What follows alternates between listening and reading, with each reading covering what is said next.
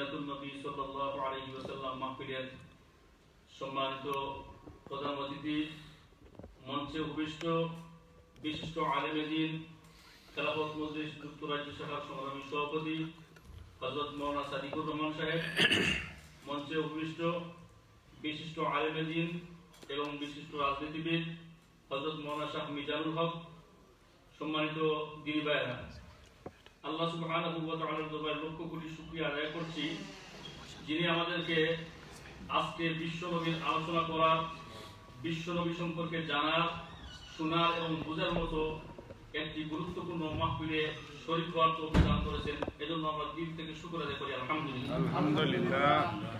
বিশ্বনবী সাল্লাল্লাহু আলাইহি ওয়াসাল্লাম বলেছেন, বাদাআল ইসলামু গরীবা ওয়া সায়াউদু গরীবা ফাতুবা লিল গুরাবা আও কামা ক্বালা আলাইহিস সালাতু ওয়াস সালাম।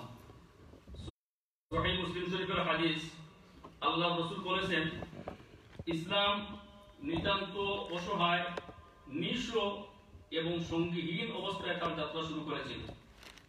যখন ইসলাম যাত্রা শুরু করেছে, ইসলামের আপন বলতে কেউ ছিল না। গড় থেকে নিয়ে রাষ্ট্র পর্যন্ত সকলেই ইসলামের শত্রু ছিল।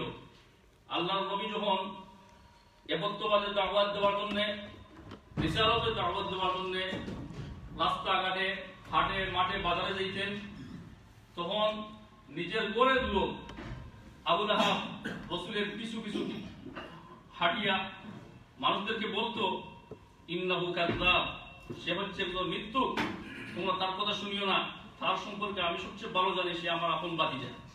কোন মানুষ সম্পর্কে তার আপন চাচা যদি বলে সে একজন মিথ্যুক, তাহলে ওই মানুষের কথা কি কেউ শুনবে? কেউ শোনার কথা না।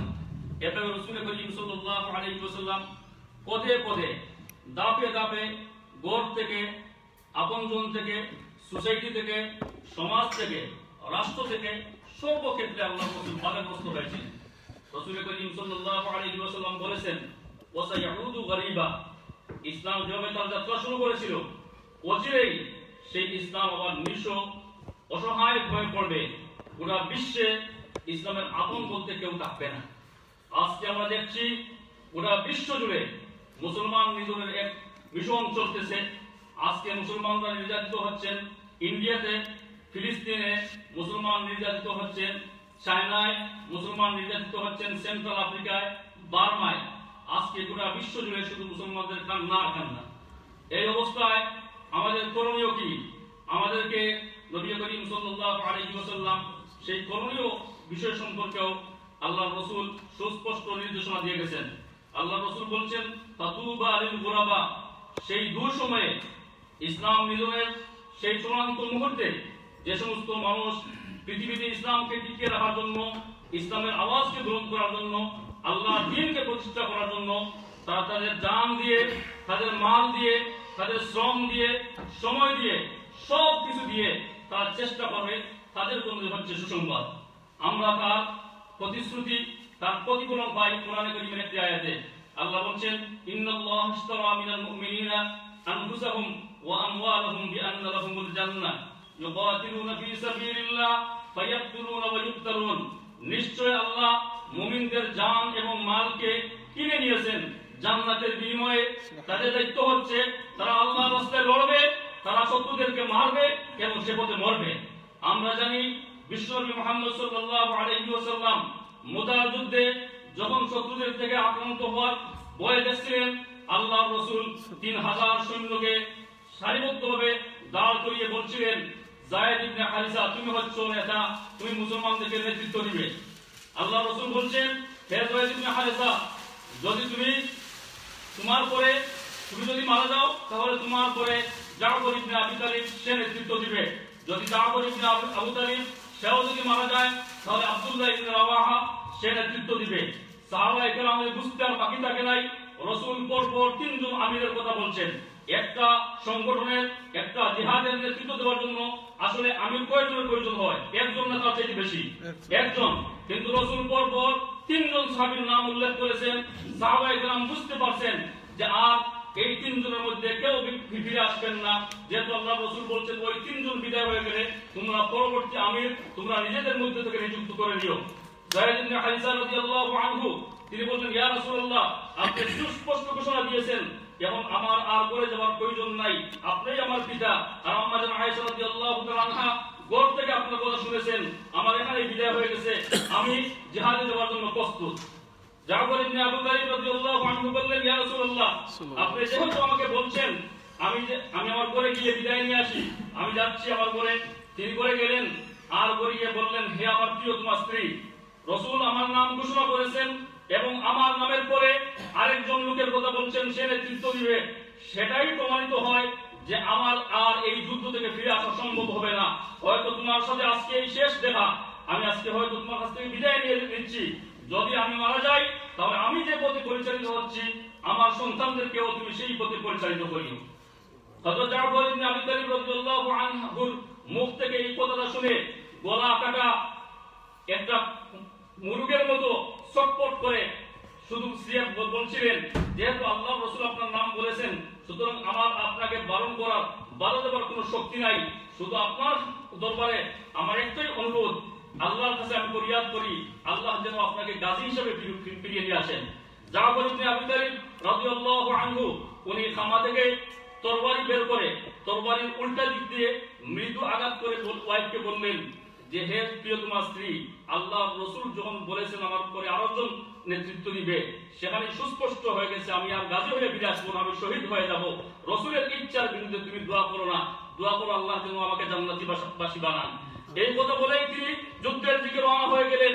আর পিছে গলা কাটা মুরগের মতো ওয়াইফ ছটফট করতেছিলেন, সাথী সঙ্গী ওনার ছেলে মেয়ে সবাই চিৎকার করছিল, আব্বু আব্বু তুমি কোথায় যাচ্ছ? কিন্তু রাসূলের নির্দেশে কোনো ব্যাঘাত ঘটবে এজন্য মুহূর্তের জন্য তিনি ফিরিয়ে তাকান নাই, জিহাদের দিকে ছুটলেন। এরপরে আব্দুল্লাহ ইবনে রাওয়াহা তিনি গিয়ে বললেন, হে আমার ওয়াইফ, আল্লাহর রাসূল বলছেন আমি যেন জিহাদের জন্য চলে যাই, আমি তোমার কাছ থেকে বিদায় নিতে আসছি। প্রিয়তমা স্ত্রী বললেন যে, আপনার সাথে আমার বিবাহ হয়েছে, এখন পর্যন্ত বাসর রাত হলো না। আমি শুনেছি মদিনার মধ্যে আপনি অত্যন্ত সুন্দর একজন মানুষ, সুঠাম দেহের মানুষ, আপনি হচ্ছেন একজন সুন্দরী রূপসী মহিলা, আর আপনার সাথে আমার দেখাও হইল না, আপনি জিহাদে চলে যাচ্ছেন, একটা বার্তা আপনি ঘরের ভিতরে চলে আসেন, এক বার্তা দান করে আপনাকে দেখি। তখন স্বামী বললেন যে, হে প্রিয়তমা স্ত্রী, তোমার এই আবেদন অবশ্যই আমি রাখতাম, কিন্তু যদি ঘরের ভিতরে ঢুকে যাই আর তোমার প্রেম আমার অন্তরের ভিতরে ঢুকে যায়, তাহলে হয়তো আমি জিহাদে যাওয়ার থেকে বিরত থাকতে পারি, এজন্য করে আসবো না। প্রিয়তমা স্ত্রী বললেন যে, হে স্বামী, আমি রাসূল যেটা বলছেন সেটা মোটেও তোমাকে বাধা দিব না, একটা বারের জন্য ঘরের ভিতরে ঢুকো, আমি তোমার এই চেহারাটা একবার দেখে আমার অন্তরের মধ্যে প্রতিচ্ছবি করে রাখি, যখন তুমি মারা যাবে, মারা যাওয়ার পরে কিয়ামতের ময়দানে যেন আমি চিনতে পারি যে উনি আমার স্বামী। সুবহানাল্লাহ, আল্লাহু আকবার। বিদায় নিয়ে বের হয়ে গেলেন। আর বের হওয়ার পরে তিনজন সাহাবী যুদ্ধ বেজে উঠছে, কাফেররা 1 লক্ষ সৈন্য আর মুসলমান মাত্র 3000। এই 3000 সৈন্য যখন যুদ্ধের ময়দানে ঝাঁপিয়ে পড়েছেন, তখন যুদ্ধের দামামা বেজে উঠছে। হযরত যায়েদ ইবনে হারিসা রাদিয়াল্লাহু আনহু শাহাদাত বরণ করে ফেললেন। জাফর ইবনে আবু তালিব রাদিয়াল্লাহু আনহু দৌড়ে এসে জানরা হাতের মধ্যে উঠাইয়া ইসলামের পতাকা উড্ডীন করে ধরলেন। হযরত জাফর ইবনে আবু তালিব রাদিয়াল্লাহু আনহুর উপর আক্রমণ শুরু হইল। ডান হাত কেটে দেওয়া হয়েছে, বাম হাত কেটে দেওয়া হয়েছে, ডান পা কেটে দেওয়া হয়েছে, বাম পা কেটে দেওয়া হয়েছে। এমত অবস্থায়ও তিনি ইসলামের পতাকাকে উড্ডীন করে রাখার জন্য দাঁত দিয়ে কামড় দিয়েও ইসলামের পতাকাকে উড্ডীন করে রাখছে। সুবহানাল্লাহ। হযরত আব্দুল্লাহ ইবনে রাওয়াহা রাদিয়াল্লাহু আনহু দৌড়ে এসেছেন, এসে দেখেন জাফর ইবনে আবু তালিবকে দেখা যাচ্ছে না, কিন্তু পতাকা তো উড্ডীনই আছে। আসিয়া দেখেন যে দাঁত দিয়ে কামড় দিয়ে তিনি পতাকা উড্ডীন করে রাখছেন। এমত অবস্থায় সেই অবস্থা থেকে তিনি পতাকা নিয়ে আবার পতাকা উড্ডীন করলেন। জাফর ইবনে আবু তালিব রাদিয়াল্লাহু আনহু মৃত্যুর সময় বলেছিলেন, হে আমার সাহাবায়ে কেরাম, তোমরা রাসূলের কাছে গিয়ে বলবে জাফর ইবনে আবু তালিব আপনাকে সালাম দিয়েছে এবং তিনি বলছেন যে, হে মুসলমানরা, তোমরা যুদ্ধ চালিয়ে যাও, আমি এখন থেকে জান্নাতের সুঘ্রাণ আমার নাকের মধ্যে অনুভব করতেছি। এই কথা বলেই তিনি দুনিয়া থেকে বিদায় নিয়ে গেলেন। একজন সাহাবী ওনাকে স্বপ্ন দেখছিলেন, স্বপ্ন দেখার পরে ওনাকে জিজ্ঞাসা করলেন যে, আল্লাহ আপনার সাথে কোন ব্যবহার করেছেন? তিনি জবাব দিলেন, আল্লাহ সুবহানাহু ওয়া তাআলা আমাকে জান্নাত দান করেছেন। আর জান্নাত দান করার পরে বললেন, হে জাফর ইবনে আবু তালিব, তুমি কি আল্লাহর কাছ থেকে কোনো কিছু চাও?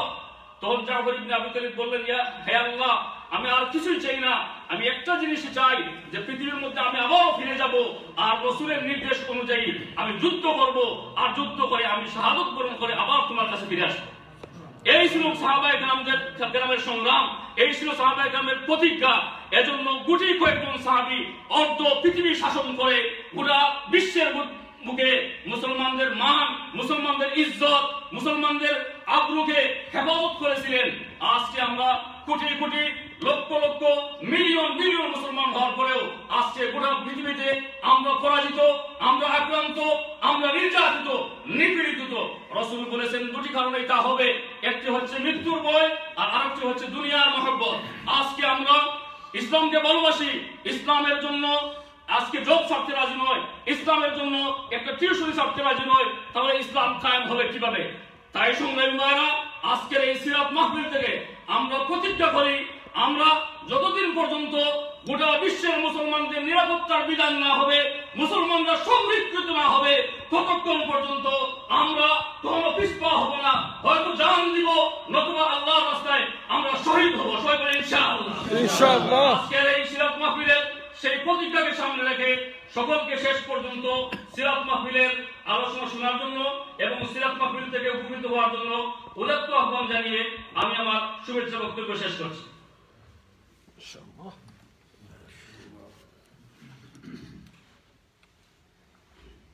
ধন্যবাদ আজকের প্রোগ্রামের সম্মানিত সভাপতিকে অত্যন্ত জানাময়ী বক্তব্য দেওয়ার জন্য।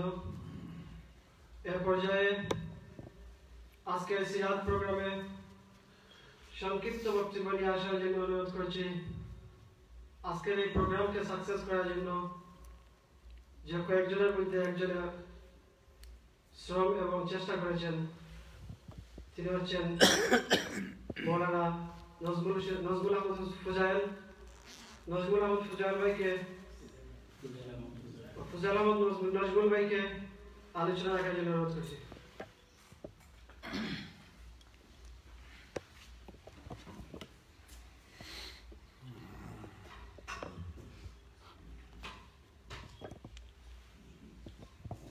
আসসালামু আলাইকুম ওয়া রাহমাতুল্লাহি ওয়া বারাকাতুহু। ওয়া আলাইকুম আসসালাম। আজকে মাহফিলের সম্মানিত সভাপতি, উপস্থিত প্রোগ্রামের সম্মানিত অতিথি, খেলাফত মজলিস বিপ্লবী শাখার সম্মানিত সভাপতি, সাধারণ সম্পাদক, উপস্থিত প্রাণপ্রিয় মুসলিম ভাইরা, আজকের এই সিরাতুন নবী সাল্লাল্লাহু আলাইহি সাল্লাম মাহফিল অত্যন্ত গুরুত্বপূর্ণ। আমরা এই আয়োজন করেছি অন্যান্য গতানুগতিক কোনো প্রোগ্রামের মতো নয়, এটা সম্পূর্ণ ব্যতিক্রম। এখানে নির্দিষ্ট বিষয় রয়েছে, বিষয়ের উপর আলোচনা হবে, নির্দিষ্ট বক্তা রয়েছে, নির্দিষ্ট সময়ের মধ্যে আমরা আশা করছি বক্তারা তাদের বক্তব্য শেষ করবেন।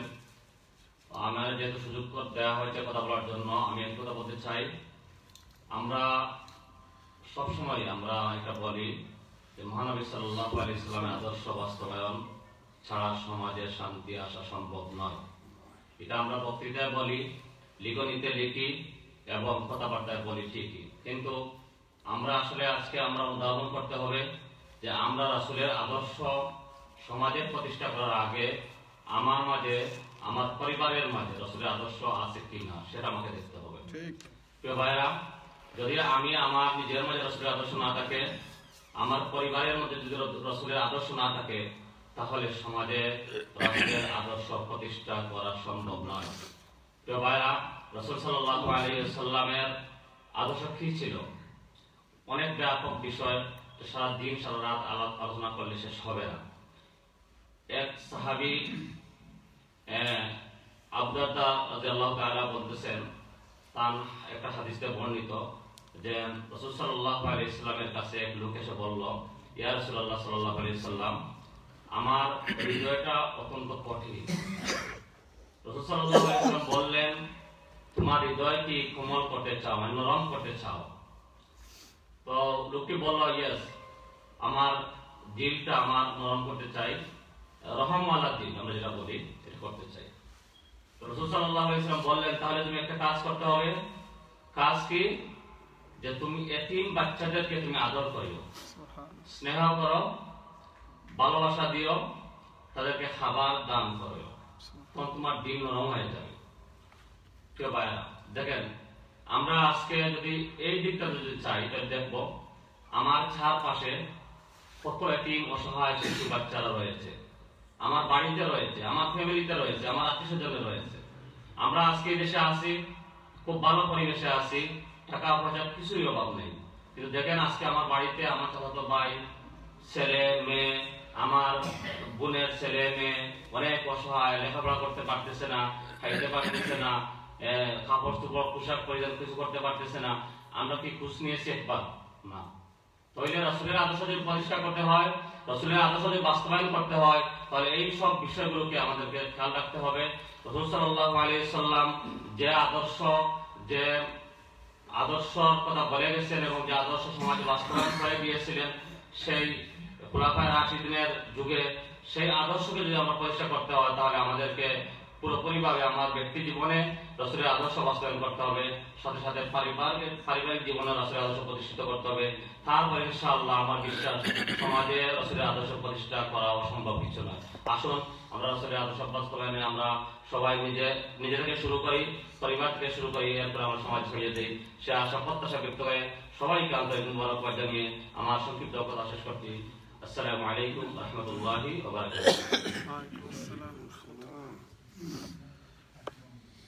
ধন্যবাদ লন্ডন মহানগরীর সাধারণ সম্পাদক মৌলানা ফজল আহমদ জসিম ভাইকে, সংক্ষিপ্ত হলে অত্যন্ত গুরুত্বপূর্ণ কথা বলেছেন। এ পর্যায়ে আজকের এই সিরাত মাহফিলে গুরুত্বপূর্ণ আলোচনা নিয়ে আসছেন খেলাফত মজলিস যুক্তরাজ্যের সংগ্রামী সাধারণ সম্পাদক, বিশিষ্ট ব্যবসায়ী মৌলানা শাহ মিজানুল হক। ওনার বিষয় হচ্ছে প্রতিবেশীর হক রক্ষায় মহানবী সাল্লাল্লাহু আলাইহি ওয়াসাল্লামের ভূমিকা। সময় হচ্ছে 10 মিনিট।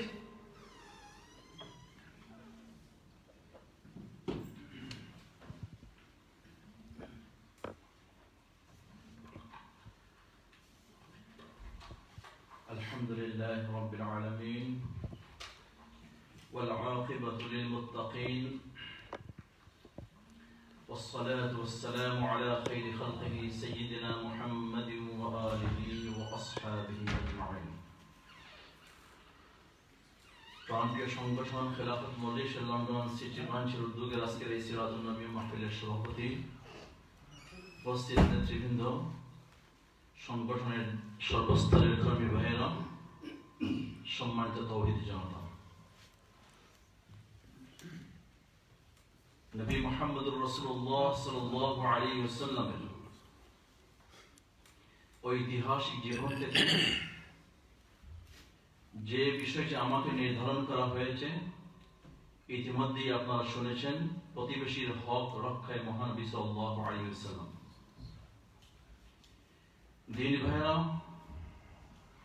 আজকে আমাদের এই সমাজের সামাজিক বৈষম্য, রাজনৈতিক অস্থিরতা, পারিবারিক কলহ বিবাদ বিদ্বেষ, প্রত্যেক দিন প্রত্যেকটি মুহূর্তে আমরা খুন, হত্যা, নির্যাতন, গুমের মতো অপরাধের আমরা সংবাদ পাচ্ছি। অনুসন্ধানে দেখা যায় বর্তমান এই সমাজের মধ্যে এই সমস্ত অপকর্ম হওয়ার পিছনে যে মূল বিষয়টা হচ্ছে প্রতিবেশীর অধিকার বা হক রক্ষা না করা। জানি না আপনারা আমার সাথে একমত হবেন কিনা, কিন্তু আমরা যে আজকে সমাজে দেখি এই খুন খারাপের প্রধান কারণ কি? এই হত্যা, সন্ত্রাস, নৈরাজ্য, দুর্বৃত্তায়ন সমাজের প্রতিটি রন্ধ্রে রন্ধ্রে আজকে প্রত্যেকটি মানুষ তার বিভীষিকার ভুক্তভোগী। রাজনৈতিক ক্ষেত্রে একটি দল আরেকটি দলের সাথে, আবার প্রতিবেশী একটি রাষ্ট্র আরেকটি রাষ্ট্রের সাথে, আবার প্রতিবেশী একটি পরিবার আরেকটি পরিবারের সাথে, প্রতিবেশী একটি মানুষ আরেকটি মানুষের সাথে আজকের এই বৈষম্যতা, আজকের এই নৈরাজ্যতা, অস্থিরতা, কলহ, খুন, গুম, তার একমাত্র কারণ হচ্ছে আমরা একে অন্যের বা আমরা প্রতিবেশীর হক আদায় না করার কারণে। আজকের এই অশান্তময় বিশ্বে নবী মুহাম্মদুর রাসূলুল্লাহ সাল্লাল্লাহু আলাইহি ওয়াসাল্লাম তিনি তার প্রতিবেশীর হক রক্ষার জন্য আল্লাহ রাব্বুল আলামিনের সেই শাশ্বত বাণী তিনি সমাজের সর্বস্তরে প্রতিষ্ঠার জন্য সেই চেষ্টা করেছিলেন। আল্লাহ রাব্বুল আলামিন পবিত্র কালামুল কোরআন, পবিত্র কালামুল্লাহ শরীফে সূরা নিসার 36 নম্বর আয়াতের মধ্যে আল্লাহ রাব্বুল আলামিন বলেন, আউযু বিল্লাহি মিনাশ শাইতানির রাজীম, ওয়া'বুদুল্লাহ ওয়া লা তুশরিকু বি শাইআ وبالوالدين إحسانا وبذي القربى واليتامى والمساكين والجار ذي القربى والجار الجنب والصاحب بالجنب وابن السبيل وما ملكت أيمانكم إن الله لا يحب من كان مختالا فخورا. الله رب العالمين বলেন, তোমরা ইবাদত করো আল্লাহর, তার সাথে কোনো কিছুকে শরীক করো না, ভালো ব্যবহার করো মাতা পিতার, নিকট আত্মীয়ের, ইয়াতীম, মিসকিন, নিকট আত্মীয় প্রতিবেশীর, অনাত্মীয় প্রতিবেশীর, পার্শ্ববর্তী সাথীর, মুসাফির, তোমার মালিকানাভুক্ত দাস দাসীর। নিশ্চয়ই আল্লাহ রাব্বুল আলামিন পছন্দ করেন না দাম্ভিকতাকে। নবী মুহাম্মদুর রাসূলুল্লাহ সাল্লাল্লাহু আলাইহি ওয়াসাল্লাম তিনি তার জীবনে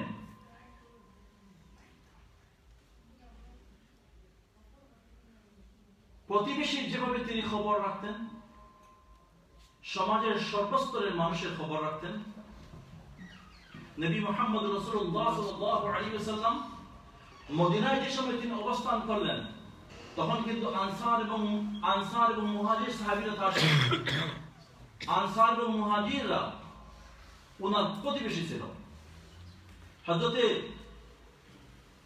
সাদ ইবনে মুআয রাদিয়াল্লাহু তাআলা আনহু, হযরতে আবু আইয়ুব আনসারী রাদিয়াল্লাহু তাআলা এবং মুহাজির সাহাবায়ে কিরামদের মধ্যে থেকে হযরতে আবু বকর রাদিয়াল্লাহু তাআলা আনহু, হযরতে আলী রাদিয়াল্লাহু তাআলা আনহু, হযরতে আব্বাস রাদিয়াল্লাহু তাআলা আনহু, এই সমস্ত সাহাবায়ে কিরাম নবী মুহাম্মদ রাসূলুল্লাহ সাল্লাল্লাহু আলাইহি ওয়াসাল্লামের প্রতিবেশী ছিলেন।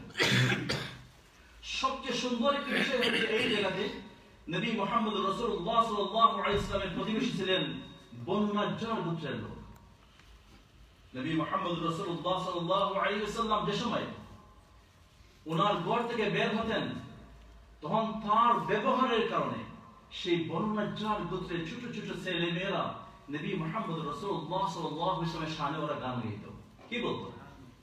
নাহনু বানাতে মিন বনি নাজ্জার, নাহনু বানাতে মিন বনি নাজ্জার, ইয়া খাবাজ মুহাম্মাদিন মিন জার, ইয়া মারহাবান বিল মুস্তাফা আল মুখতার, তুহিব্বুকা ইয়া সাফুদ আল আবরার।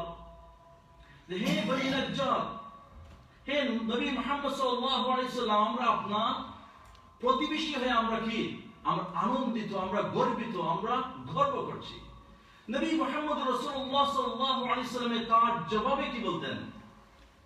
ইয়ালামু ওয়াল্লাহি ইন্নী লিউহিব্বুকা, যে আল্লাহর কসম করে বলছি আমি তোমাদেরকেও আমি মহব্বত করি। সুবহানাল্লাহ। নবী সাল্লাল্লাহু আলাইহি ওয়াসাল্লাম তার এই বনু নাজ্জার গোত্রের প্রতিবেশীর সাথে তার এই ব্যবহার ছিল। নবী মুহাম্মদ সাল্লাল্লাহু আলাইহি ওয়াসাল্লাম মক্কাতে যে সময় তিনি ছিলেন, তখন তার প্রতিবেশী কারা ছিল? আবু লাহাব, আবু লাস ইবনে উমাইয়া। এইভাবে নবী সাল্লাল্লাহু আলাইহি ওয়াসাল্লামের দুশমনরা, ইসলামের দুশমনরা নবী সাল্লাল্লাহু আলাইহি ওয়াসাল্লামের প্রতিবেশী ছিল। কিন্তু ইতিহাস সাক্ষী নবী সাল্লাল্লাহু আলাইহি ওয়াসাল্লামের বাস্তব জীবনে কোনদিন কোনো অমুসলিমকে নবী সাল্লাল্লাহু আলাইহি ওয়াসাল্লাম কটু কথা বলেন। ইতিহাস সাক্ষী নবী মুহাম্মদ সাল্লাল্লাহু আলাইহি ওয়াসাল্লাম সেই কাবার প্রান্তরে তিনি নামাজ আদায় করতেছিলেন, সালাত আদায় করতেছিলেন। নবী সাল্লাল্লাহু আলাইহি ওয়াসাল্লামের মাথার উপরে উটের বড়ি নিক্ষেপ করা হলো, নবী সাল্লাল্লাহু আলাইহি ওয়াসাল্লামকে কষ্ট দেওয়া হলো, নবী সাল্লাল্লাহু আলাইহি ওয়াসাল্লামকে গালি দেওয়া হতো। আল্লাহর নবী কি বলতেন? হে আব্দে মানাফের সন্তানরা, প্রতিবেশীর সাথে এমন আচরণ করা ঠিক নয়। আল্লাহু আকবার, আল্লাহু আকবার। নবী সাল্লাল্লাহু আলাইহি ওয়াসাল্লাম দেখেন এই প্রতিবেশীর হক ব্যাপারে নবী সাল্লাল্লাহু আলাইহি ওয়াসাল্লামের একটি গুরুত্বপূর্ণ একটা ঘটনা। একজন আনসার সাহাবী রাদিয়াল্লাহু তাআলা আনহু তিনি দেখতেছিলেন নবী সাল্লাল্লাহু আলাইহি ওয়াসাল্লামের সামনে একজন লোক দাঁড়িয়ে আছে এবং আল্লাহর নবীর সাথে কথাবার্তা করতেছেন।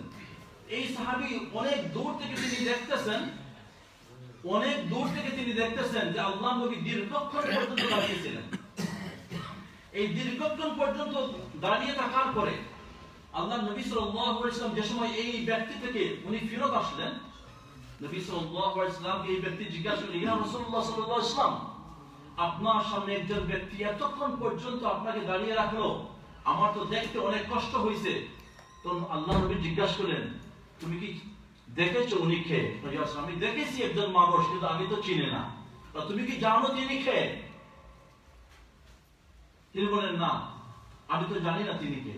আল্লাহর নবী বলেন, তিনি হচ্ছেন জিবরাইল আলাইহিস সালাতু ওয়াস সালাম।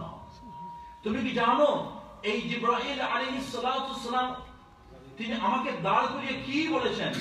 জিবরাইল আলাইহিস সালাতু ওয়াস সালাম আমাকে বলেছেন প্রতিবেশীর ব্যাপারে যে আল্লাহ রাব্বুল আলামিন প্রতিবেশীর এত অধিকার দিয়েছেন যে হয়তো সম্ভাবনা হচ্ছে যে আল্লাহর নবী সাল্লাল্লাহু আলাইহি ওয়াসাল্লাম বলেন এইভাবে যে হয়তো এই প্রতিবেশীকে তোমার সম্পদের মালিকানা ভাগ দেওয়া হইতে পারে।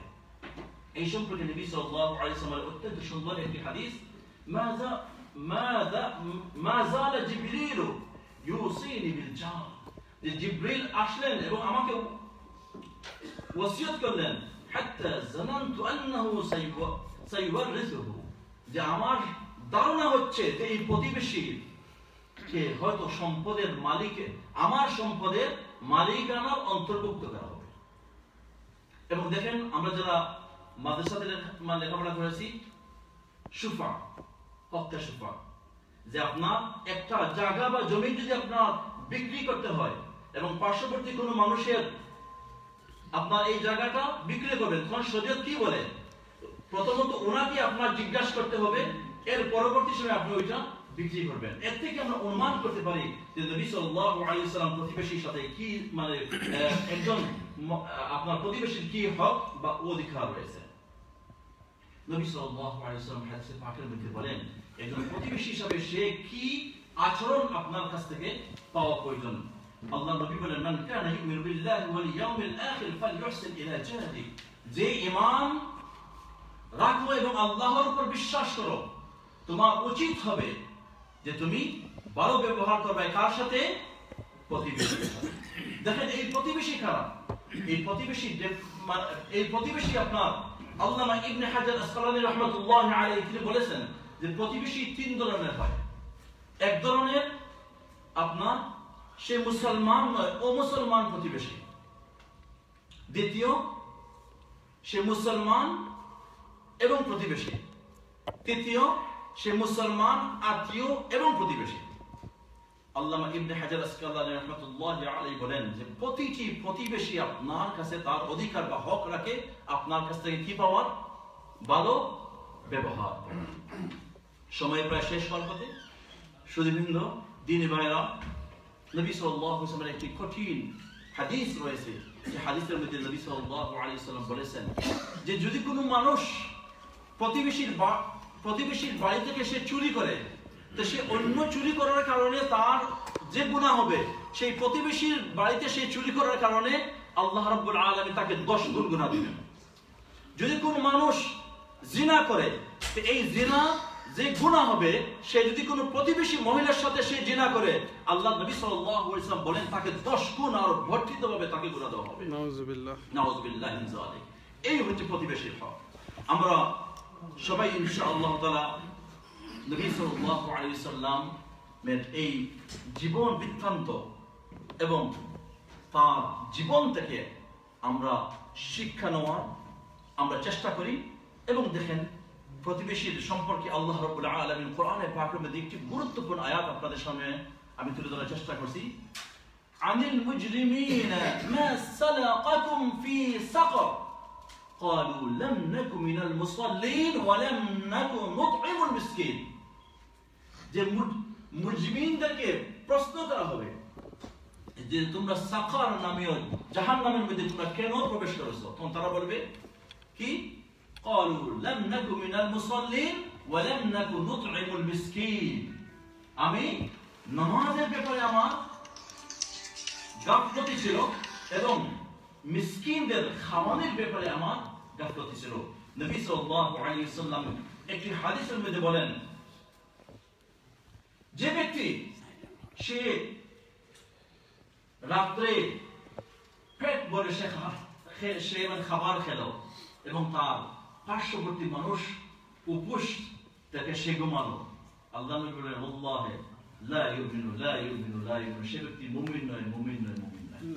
ইন্না লিল্লাহি ওয়া ইন্না ইলাইহি রাজিউন। আমরা আল্লাহ রাব্বুল আলামিনের কাছে দোয়া করি যে আল্লাহ রাব্বুল আলামিন আমাদেরকে উত্তম প্রতিবেশী হিসেবে কবুল আর মঞ্জুর করুন এবং আমরা যে জায়গায় অবস্থান করতেছি আল্লাহ রাব্বুল আলামিন আমাদের প্রতিবেশী যারা আছে তাদের খেদমত করা, তাদের যে সমস্ত হকুক রয়েছে সেই হকুক আদায় করার তৌফিক দান করুন। নবী সাল্লাল্লাহু আলাইহি ওয়াসাল্লাম একটি দোয়া সব সময় করতেন, সেই দোয়াটা হচ্ছে আল্লাহুম্মা ইন্নী আউযু বিকা মিন ইয়াউমিস সু ওয়া মিন লাইলাতিস সু ওয়া মিন সাআতিস সু ওয়া মিন সাহিবিস সু ওয়া মিন জারিস সু ফি দারিল মুকামা। আল্লাহ রাব্বুল আলামিন আমাদের এই প্রোগ্রামকে কবুল আর মঞ্জুর করুন। নবী সাল্লাল্লাহু আলাইহি ওয়াসাল্লামের জীবন আদর্শের অনুপাতে আমাদের জীবন চলার তৌফিক দান করুন। ওয়া মা তাওফীক ইল্লা বিল্লাহ। ওয়াসসালামু আলাইকুম ওয়া রাহমাতুল্লাহি ওয়া বারাকাতুহু। ওয়া আলাইকুম আসসালাম। মাশাআল্লাহ, আমরা অত্যন্ত গুরুত্বপূর্ণ আলোচনা শুনছিলাম।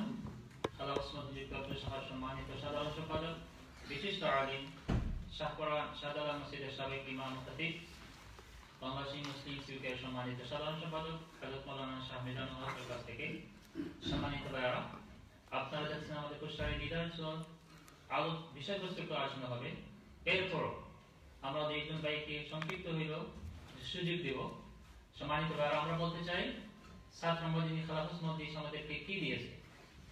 একটা এক্সাম্পল দিতে চাই আপনাদের সামনে। ছাত্র মজলিস আমাদেরকে শিক্ষা দিয়েছে, খালাফত মজলিস আমাদের শিক্ষা দিয়েছে আমাদের যৌবনকে আল্লাহর রাস্তায় বিলীন করে দিব। সম্মানিত ভাইরা, আমি আপনাদের সামনে একজন ভাইয়ের নাম বলবো।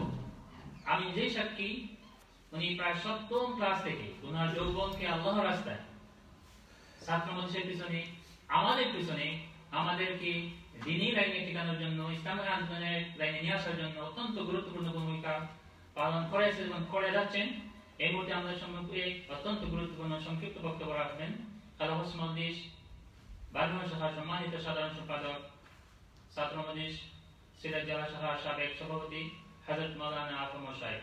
হযরত মাওলানা আফম সাহেবকে ওনার সংক্ষিপ্ত বক্তব্য রাখার জন্য অনুরোধ করছি।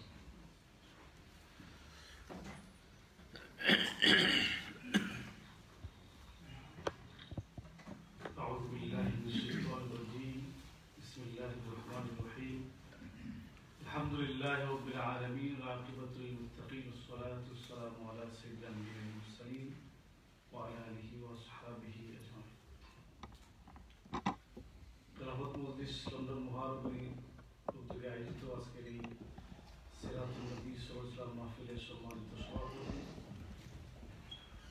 আমার প্রিয় পরিচালক এবং এখানে প্রধান অতিথি হিসেবে উপস্থিত রয়েছেন খালাফত মজলিসের কেন্দ্রীয় যুগ্ম মহাসচিব আহমেদিন, ইউরোপের তত্ত্বাবধায়ক জনাব অধ্যাপক আব্দুল কাদের সালে, উপস্থিত রয়েছেন যুক্তরাজ্য শাখার সম্মানিত সভাপতি বিশিষ্ট আহমেদিন জনাব মাওলানা সাদিকুর রহমান সহ অন্যান্য নেতৃবৃন্দ, উপস্থিত প্রিয় মুরব্বিয়ান এবং আমার ভাইয়েরা, আসসালামু আলাইকুম ওয়া রাহমাতুল্লাহি ওয়া বারাকাতুহু। বিষয়ভিত্তিক আলোচনা এখানে হচ্ছে। আপনারা অত্যন্ত মনোযোগ সহকারে মিজান ভাই আলোচনা শুনেছেন। আরও কিছু বিষয়ভিত্তিক আলোচনা রয়েছে, আপনারা শুনবেন। আমি আপনাদের প্রোগ্রামে হাজির হওয়ার জন্য আমাদের তুষিররা এসেছেন, ওনাদের সাথে চলে এসেছি। তা আমি আন্তরিকভাবে ধন্যবাদ জানাচ্ছি আপনাদেরকে, আমাকে 1 মিনিটের জন্য কথা বলার সুযোগ দেওয়ার জন্য, এবং আমার জন্য দোয়া করবেন। আপনাদের জন্য ইনশাআল্লাহ দোয়া করবো। প্রোগ্রাম ইনশাআল্লাহ কন্টিনিউ হবে, আরো গুরুত্বপূর্ণ আলোচনা রয়েছে, আপনারা শুনবেন ইনশাআল্লাহ। আসসালামু আলাইকুম ওয়া রাহমাতুল্লাহ। জাযাকাল্লাহু খাইরান। সম্মানিত ভাইরা, এই পর্যায়ে আমাদের সম্মুখে অত্যন্ত গুরুত্বপূর্ণ বক্তব্য নিয়ে আসছেন খেলাফত মজলিস লন্ডন মহানগর শাখার সম্মানিত সহসাধারণ সম্পাদক, বিশিষ্ট আলিম, ইমাম খতিব হযরত মাওলানা নুফাইস আহমদ বরকতপুরি। ওনার আলোচ্য বিষয় হচ্ছে শান্তির খোঁজে সুন্নাতে রাসূলুল্লাহ সাল্লাল্লাহু আলাইহি ওয়াসাল্লাম। আলোচনা পেশ করবেন হযরত মাওলানা নুফাইস আহমদ বরকতপুরি।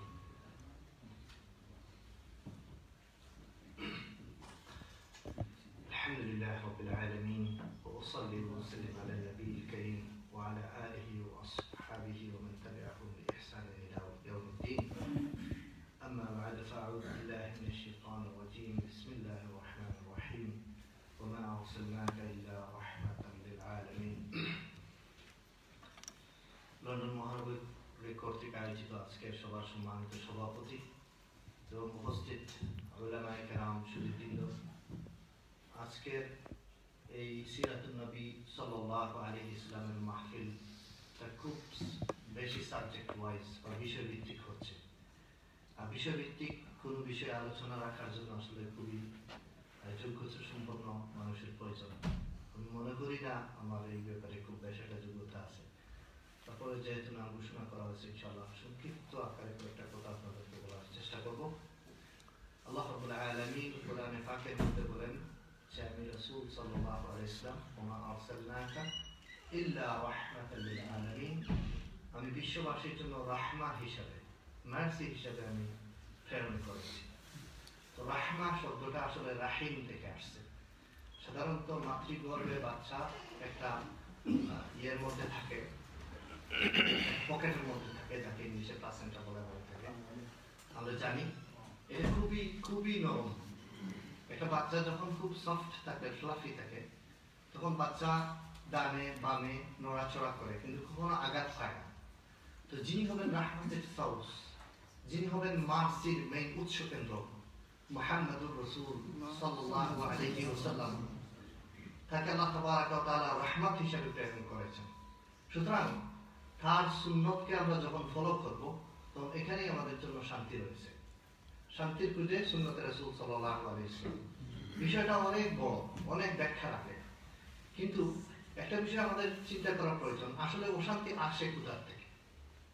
আমরা যদি জানি কোন উইন্ডোজ বা দরজা ইউজ করে অশান্তি আসবে, তখন এই দরজাটা আমরা বন্ধ করে দিতে পারবো। তাই এই জন্য অবিদিদ্দিহা তাতাবাইয়ানুল আশিয়া, আরবিতে একটা কথা বলা হয়ে থাকে, সবসময় আমরা একটা জিনিসের বিপরীত দেখবো। আমি যদি বলি কাউকে যে আমাকে রাত ডিফাইন করেন, রাতকে সংজ্ঞায়িত করেন, রাত কাকে বলে, আপনি যেভাবেই বলেন না কেন আমি এটাকে ডিসপিউট করবো। আপনি বলবেন অন্ধকার, আমি বলবো দরজা লাগাইলে তো অন্ধকার হয়। আপনি বলবেন কিছু দেখা যায় না, আমি বলবো মাটির নিচে গেলে সবকিছু বন্ধ করে দিলে দেখা যায় না। কিন্তু যখন আপনি বলবেন রাত হচ্ছে দিনের বিপরীত, তখন অটোমেটিকলি এটা বুঝতে পারবেন, কারণ অবিদিদ্দিহা তাতাবাইয়ানুল আশিয়া, বিপরীতের মাধ্যমে একটা জিনিস পরিষ্কার হয়ে যায়। হিসাবে আমরা অশান্তির সোর্সগুলো যদি আমরা জানতে পারি, তাহলে শান্তি কোথায় থেকে আসবে এবং রাসূল করিম সাল্লাল্লাহু আলাইহি ওয়াসাল্লামের সুন্নতের অনুসরণে শান্তি কিভাবে জমিনের বুকে প্রতিষ্ঠিত হবে, এই বিষয়টা হয়তো আমাদের কাছে খুবই স্পষ্ট হয়ে যাবে। সো প্রথম অশান্তির মেইন কেন্দ্র হচ্ছে শিরক, নাস্তিকতা, কোনো নিয়ম না মানা। দুনিয়াতে আসলে নিয়ম বলতে কিছু নেই, দুনিয়াতে নীতি বলতে কোনো জিনিস নাই, দুনিয়াতে উচিত অনুচিত বলতে কোনো জিনিস নেই। কথাটা আমার না। হযরতুল আল্লামা মুফতি তাকি ওসমানী দামাত বারাকাতুহুম বর্তমান যুগের একজন শ্রেষ্ঠ ইসলামিক স্কলার, সিনিয়র স্কলার। ওনার একটা কিতাব আছে ইসলাহে খুতবা, উলামায়ে কেরাম সবাই জানেন। এই কিতাবের মধ্যে উনি একজন বড় হিস্টোরিয়ান মিস্টার গিভেনের রেফারেন্স দিয়ে বলেছেন যে আসলে এই জগতে উচিত অনুচিত বলতে কিছু নেই, কারণ টাইম টু টাইম ওগুলো চেঞ্জ হয়ে যায়। একসময় হোমোসেক্সুয়ালিটি এটা ছিল এক ধরনের মেন্টাল ডিসঅর্ডার, পরে ধীরে ধীরে হইছে এটা কি হইছে ক্রাইম, অপরাধ, তারপরে হইছে কি এটা যে আনসোশিয়াল অ্যাক্টিভিটিস, তারপরে পরে হইছে কি যে আচ্ছা ঠিক আছে একজনে করতে চাইলে করতে পারবে, তারপরে হইছে কি এখন যে এটা আইন, এর বিরুদ্ধে কথা বলা যাবে না। It turned into a rights nowadays. So actually there is nothing wrong and there is nothing wrong right. Who gonna define what is right and what is wrong? কে এটাকে সংজ্ঞায়িত করবে ভালো কি জিনিস আর মন্দ কি জিনিস? আর এই ক্ষমতাটা একমাত্র যখন একজন মানুষ আস্তিক হবে, রব্বুল আলামিনের উপর বিশ্বাস রাখবে, বিশ্বের স্রষ্টা যিনি তার উপরে বিশ্বাস রাখবে, তার মাধ্যমেই একমাত্র আইনের ভাষায় যেই জিনিসটাকে বৈধ এবং অবৈধের তফাৎ করা যাবে।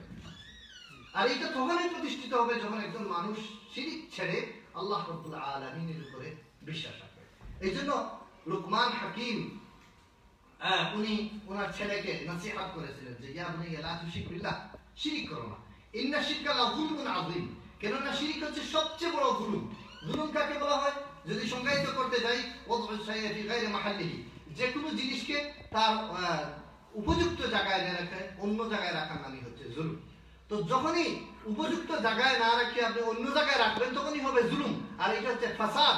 আর আল্লাহ তাবারাকা ওয়া তাআলা ইন্নাল্লাহা লা ইউহিব্বুল ফাসাদ, আল্লাহ তাবারাকা ওয়া তাআলা ম্যাস মিসচিফকে কখনো ভালোবাসেন না।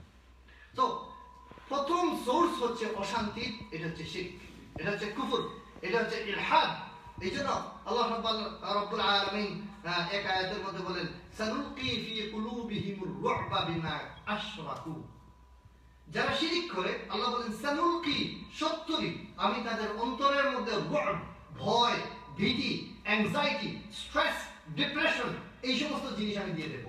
দুনিয়ার মধ্যে বর্তমানে according to the WHO, international health organization, যেটা তার সার্ভে অনুযায়ী দুনিয়ার বুকের মধ্যে এখন যত সংখ্যক লোক ডিসেবিলিটি ফেস করতেছে, এর one of the biggest cause হচ্ছে স্ট্রেস, অ্যাংজাইটি, ডিপ্রেশন। এই স্ট্রেস, অ্যাংজাইটি, ডিপ্রেশনের কারণে এই সমস্যাগুলো হচ্ছে। আল্লাহ রাব্বুল আলামিন বলেই দিয়েছেন সানুলকি ফি কুলুবিল লাযিনা কাফারু রু'বা বিমা কাফারু, যা বিমা আশরাকু, যারা শিরক করবে তাদের অন্তরের মধ্যে আল্লাহ তাবারাকা ওয়া তাআলা বলেন যে আমি তোমাদের অন্তরের মধ্যে একটা ভীতি ঢেলে দেব। আজকে দেখা যায় ওয়ার্ল্ডের অনেক যারা ধনী, rich country, well off countries, দেখা যায় তাদের ভিতরে শান্তি নাই, শান্তি পাওয়া যায় না। কারণ কি? তাদের কাছে আসলে সঠিকভাবে জীবনের কোনো জীবন চালানোর কোনো গাইডলাইন্স নেই তাদের কাছে। এই জন্য অশান্তির মূল সোর্স হচ্ছে কুফর। যখন একজন মানুষ বিশ্বাস করবে আল্লাহ রাব্বুল আলামিনের উপরে, এই জন্য রাসূল করিম সাল্লাল্লাহু আলাইহি ওয়াসাল্লাম আমাদেরকে একটা দোয়া শিক্ষা দিয়েছেন, এটা হচ্ছে সুন্নাহ। আল্লাহুম্মা আনতাস সালাম ওয়া মিনকাস সালাম, সবাই জানি, কিন্তু আমরা এটার অর্থের দিকে এত লক্ষ্য করি না, যার ধরুন এই শুধু লিপ সার্ভিসের মতো আল্লাহুম্মা আনতাস সালাম ওয়া মিনকাস সালাম তাবারাকতা ইয়া যাল জালালি। কিন্তু একবার চিন্তা করুন, আল্লাহুম্মা আনতাস সালাম, ওয়া Allah, you are the source of peace. সুবহানাল্লাহ। হ্যাঁ, সমস্ত শান্তির মেইন কেন্দ্র হচ্ছেন আল্লাহ রাব্বুল আলামিন। পাঁচ ওয়াক্ত নামাজের পরে রাসূল সাল্লাল্লাহু আলাইহি ওয়াসাল্লাম বলেন আল্লাহুম্মা আনতাস সালাম ওয়া মিনকাস সালাম, যদি শান্তি খুঁজতে হয় তাহলে আপনার কাছ থেকে শান্তি পাওয়া যাবে। ওয়া মিনকাস সালাম তাবারাকতা ইয়া যাল জালালি ওয়াল ইকরাম, তাবারাকতা ইয়া যাল জালালি, কত বরকতময় আপনার নাম, কত মহিমান্বিত, কত সম্মানিত। এই জন্য অশান্তির একটা সোর্স হচ্ছে কুফর। আর এই কুফর দিয়ে, শিরক দিয়ে জমিনে কখনো শান্তি প্রতিষ্ঠিত হবে না। তাই শান্তির জন্য প্রথম প্রয়োজন হচ্ছে ঈমান। আল্লাহ রাব্বুল আলামিনের উপরে আমাদের ঈমান যতটুকু মজবুত হবে, আমাদের শান্তিটা ততটুকু। দ্বিতীয় আরেকটা অশান্তির কারণ হচ্ছে আমাদের পেট, খাবার। আমরা খাইতে বসলে যা ইচ্ছা তাই খাই, যা যত বেশি চাই ততই খাই। বর্তমানে বিশ্বের মধ্যে যারা মেডিকেল সায়েন্স নিয়ে যারা রিসার্চ করেন তাদের অবশ্য জানা আছে যে অধিকাংশ অসুস্থতা আমাদের থেকে, আমাদের খাবার থেকে।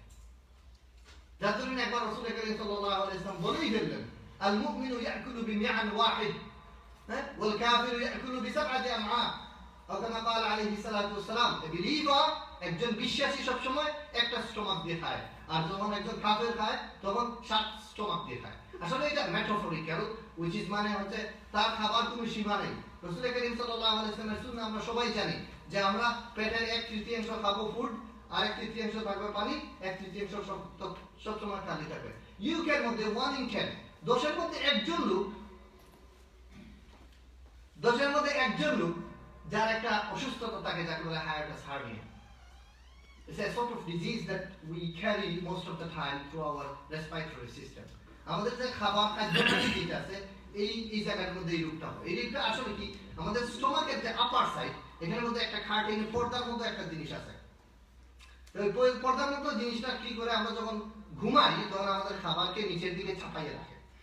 অনেকের আছে দেখেন ঘুম থেকে ওঠার পরে দেখবেন মানে গলার মধ্যে একটু টক সাওয়ার টেস্ট মনে হয়। এটা অনেক সময় অনেক বাড়িয়ে যায়, যার থেকে পরে খাদ্যনালীতে ইনফেকশন হয়, which leads to various difficult diseases. I'm not going to talk about that issues. But এটার কোনো চিকিৎসা নাই। আপনি যান যে ডাক্তারের কাছে যান, বলবে আলটিমেটলি বলবে we have to do operation and then tighten it up. কিন্তু শেষ পর্যন্ত এটার আসলে কোনো চিকিৎসা নাই। কিন্তু রাসূল করিম সাল্লাল্লাহু আলাইহি ওয়াসাল্লামের যদি সুন্নাহ মানি আমরা, দেখবেন এর থেকে অটোমেটিক্যালি এটা চিকিৎসা হয়ে গেছে। গ্যাস্ট্রিকের চিকিৎসা হয়ে গেছে, কোলেস্টেরলের চিকিৎসা হয়ে গেছে। আপনার শরীরে যখন সুস্থতা আসবে, জীবনের মধ্যে আপনি এনজয় করবেন। যার ধরুন রাসূল করিম সাল্লাল্লাহু আলাইহি ওয়াসাল্লাম বলেছেন যে আল মুমিনুল কাবিয়্যু আহাব্বু ইনদাল্লাহি মিনাল মুমিনিদ দাঈফ। Strong, fit, well-built believer is always beloved and nearest to Allah subhanahu wa ta'ala than the one who has got physical weaknesses. আসলে টপিক অনেক লম্বা, কি বলবো এখানে শেষ করা নাই। তো যাই হোক, আমি সামান্য বললাম দুইটা সুন্নাহ। একটা হচ্ছে আমরা আল্লাহুম্মা আনতাস সালাম ওয়া মিনকাস সালাম তাবারাকা ইয়া যাল জালালি ওয়াল ইকরাম। খাবার সময় আমাদের খানিতে যাতে একটা লিমিটেশন থাকে। আরেকটা জিনিস হচ্ছে মিসওয়াক করা, রাসূল করিম সাল্লাল্লাহু আলাইহি ওয়াসাল্লামের একটা সুন্নাহ। আমি হয়তো ওই দিকে মেডিকেল সায়েন্স নিলে অনেক কথা বলা যাবে যে কত ধরনের ডিজিজ ক্রিয়েট করতে পারে। রাসূল সাল্লাল্লাহু আলাইহি ওয়াসাল্লাম বলেন আসওয়াকু মিতহারাতুল লিল ফাম ওয়া মারদাতুল লির রাbb। রাসূল সাল্লাল্লাহু আলাইহি ওয়াসাল্লাম বলেন যদি কোনো মানুষ মিসওয়াক করে, এর দ্বারা মুখ যেমন পবিত্র হয় তেমনি আল্লাহ রাব্বুল আলামিনের সন্তুষ্টি অর্জনটা সহজ। সুবহানাল্লাহ। কিভাবে সন্তুষ্টি অর্জন সহজ হয়? কারণ ইন্নাল্লাহা লাতীফ, আল্লাহ তাবারক ইন্নাল্লাহা জামিল, আল্লাহ তাবারক ওয়া তাআলা হচ্ছেন পবিত্র এবং তিনি সবসময় পবিত্রতাকে ভালোবাসেন। এর মাধ্যমে যেমন জীবনে শান্তি আসে, জীবনে স্বাচ্ছন্দ্য বোধ আসে, তেমনি ভাবে আমরা শান্তিও পাবো। আরো অনেক কথা বলার ছিল, ইনশাআল্লাহ আমাদের সিনিয়র উলামায়ে কেরাম যখন ডিসকাশন করবেন এর মধ্যে সবকিছুই চলে আসবে, সুতরাং আর বলার প্রয়োজন রাখি না। যদি ভুল ত্রুটি হয়ে থাকে আল্লাহ রাব্বুল আলামিনের কাছে ক্ষমা চাই এবং আমরা যাতে রাসূলের সুন্নাহ ফলো করতে পারি, এট লিস্ট মিসওয়াকের সুন্নাহটা যাতে আমরা সবাই ফলো করি। আমিন। জাযাকাল্লাহু খায়রান। অত্যন্ত গুরুত্বপূর্ণ আলোচনা শুনছিলাম। আসলে আমাদের প্রত্যেকজন আলোচককে আমরা অনেক সময় দিতে পারতাম, অনেক প্রকৃত হইতাম, কিন্তু সময়টা একটু সংক্ষিপ্ত। আমাদের কালকে অনেকেই কাজে দিতে হবে ইনশাআল্লাহ তাআলা।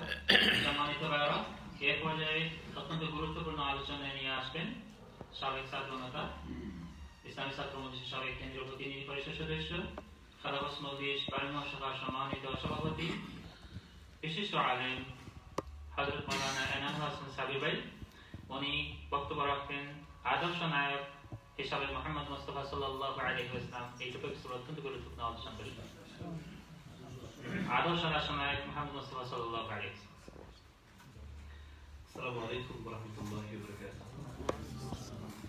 আমাদের প্রাণপ্রিয় সংগঠন খেলাফত মজলিসের উদ্যোগে আয়োজিত আজকে সিরাত কনফারেন্সের সম্মানিত সভাপতি বা পরিচালক, এখানে উপস্থিত এই কাফেলার মুহতারাম কেন্দ্রীয় মহাসচিব আমাদের শ্রদ্ধা দায়িত্বশীল জনাব সালেহ ভাই, সম্মানিত যুক্ত শাখার প্রেসিডেন্ট জনাব সাদিক রহমান ভাই, যুক্ত শাখার সম্মানিত নেতৃবৃন্দ, সম্মানিত ইসলামী আন্দোলনের ভাইরা, আজকে সিরাত মাহফিল একটি ব্যতিক্রমধর্মী আয়োজনের মধ্য দিয়ে সম্পন্ন হচ্ছে।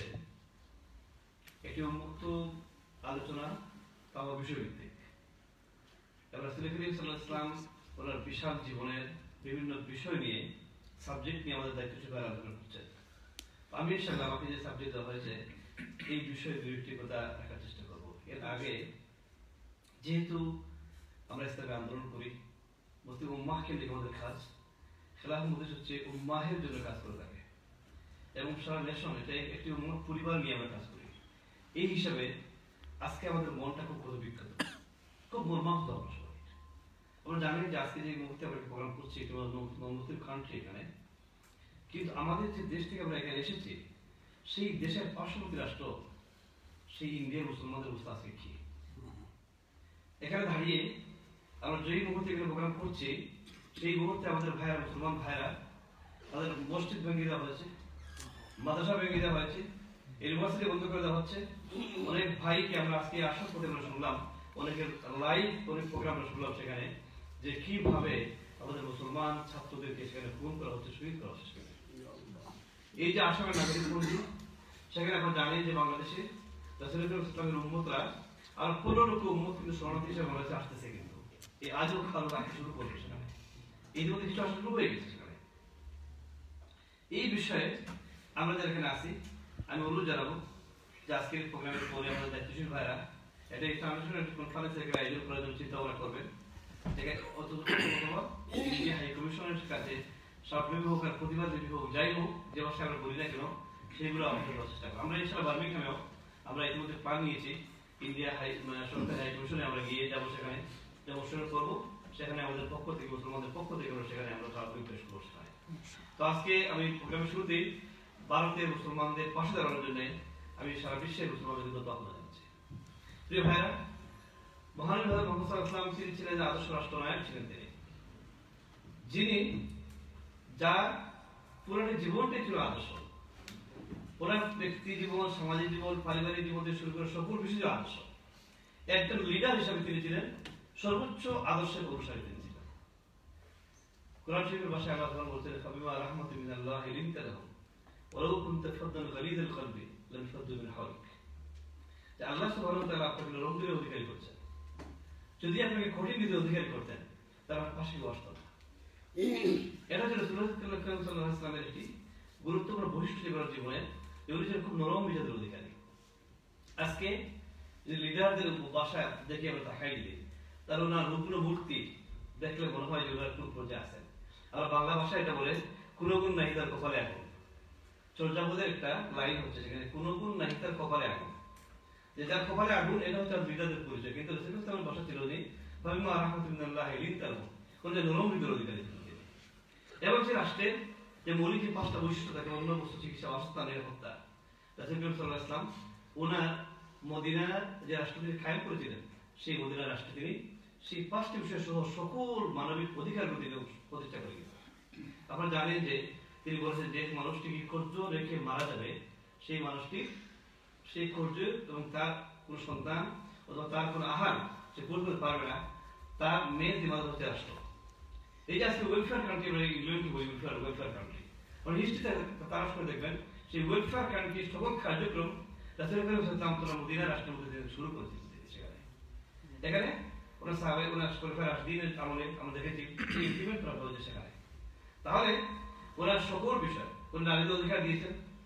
আজকে দেখেন নারী অধিকারের নামে যেগুলো করা হচ্ছে এখানে, কিন্তু সেই নারী অধিকার রাসূলুল্লাহ সাল্লাল্লাহু আলাইহি ওয়াসাল্লাম দিয়ে গেছেন। আইয়ামে জাহিলিয়াতের সময় যে নারী বঞ্চিত ছিল, তিনি যেভাবে শুরু ইসলামের কাজটি শুরু করেন নারী অধিকারের মধ্যে দিয়ে। আজকে আমরা যদি মুসলমান যদি নারী অধিকারের কথা বলে, তাহলে অনেকেই বলবে যে মুসলমান ইসলাম নারীকে বঞ্চিত করতে ঠকিয়েছে, কিন্তু আসলে তাই নয়।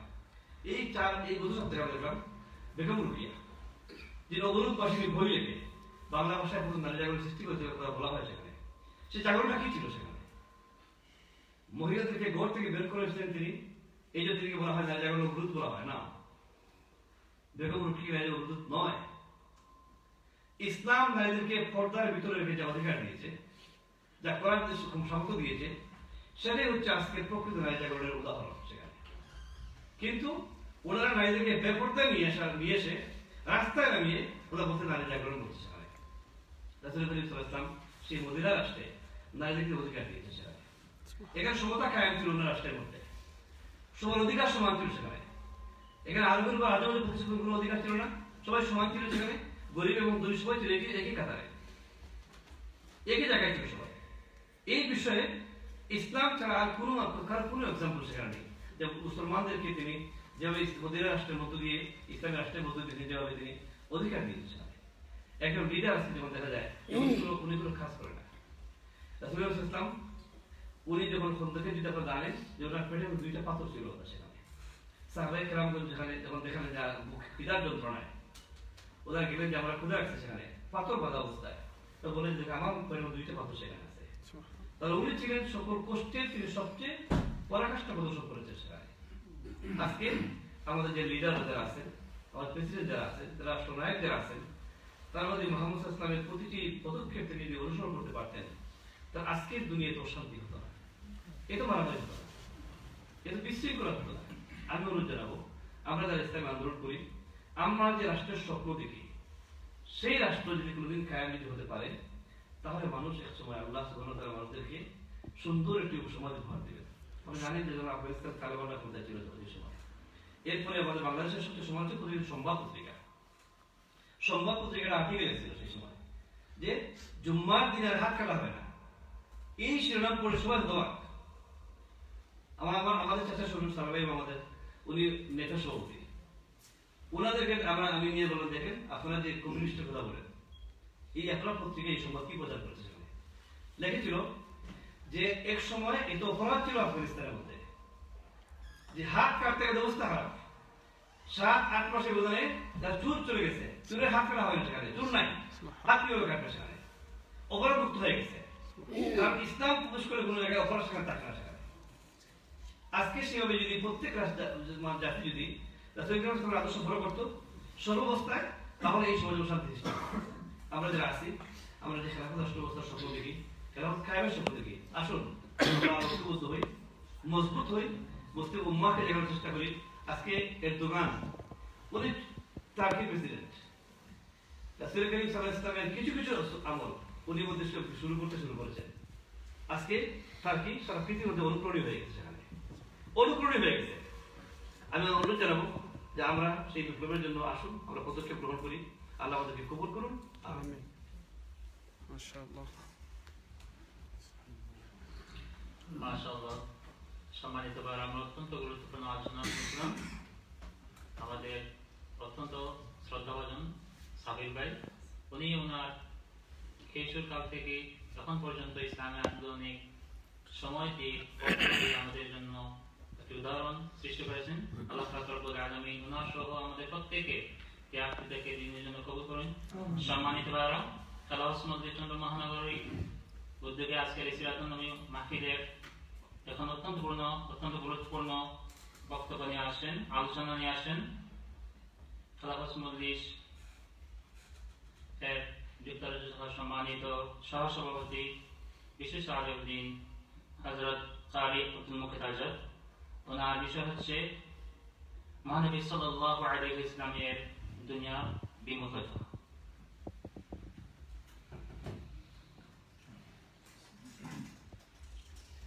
আসসালামু আলাইকুম ওয়া রাহমাতুল্লাহি ওয়া বারাকাতুহু। ওয়া আলাইকুম আসসালাম ওয়া রাহমাতুল্লাহ। নাহমাদুহু ওয়া নুসাল্লি আলা রাসূলিল কারীম।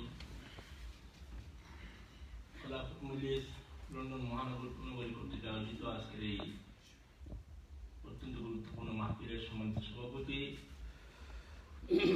উপস্থিত আমাদের কাফেলার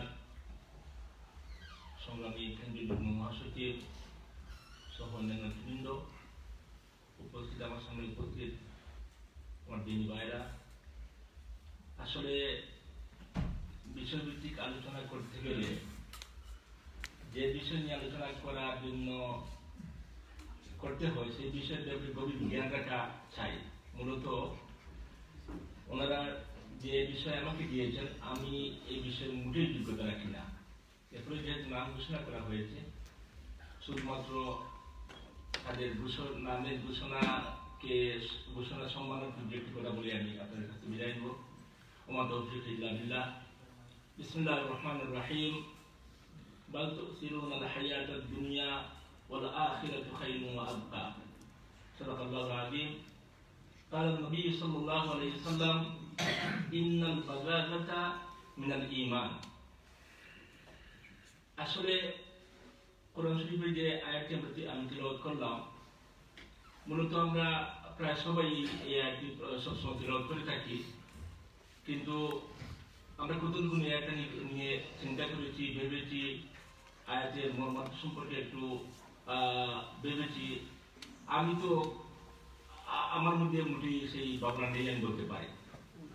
মূলত সহজ সরল অর্থ হচ্ছে তোমরা এই জীবনকে নিয়ে যে ব্যস্ততার মধ্যে আছো, জীবনকে নিয়ে চিন্তা করতেছো, প্রিপারেশন নিচ্ছ জীবন সম্পর্কে, তোমরা কি একবার ভেবেছো যে একটি ভালো জীবন পরকালের জন্য রয়েছে এবং যে জীবনটা হচ্ছে সীমাহীন, অনন্তকাল, অসীম জীবন, যেটা হচ্ছে আখিরাতের জীবন।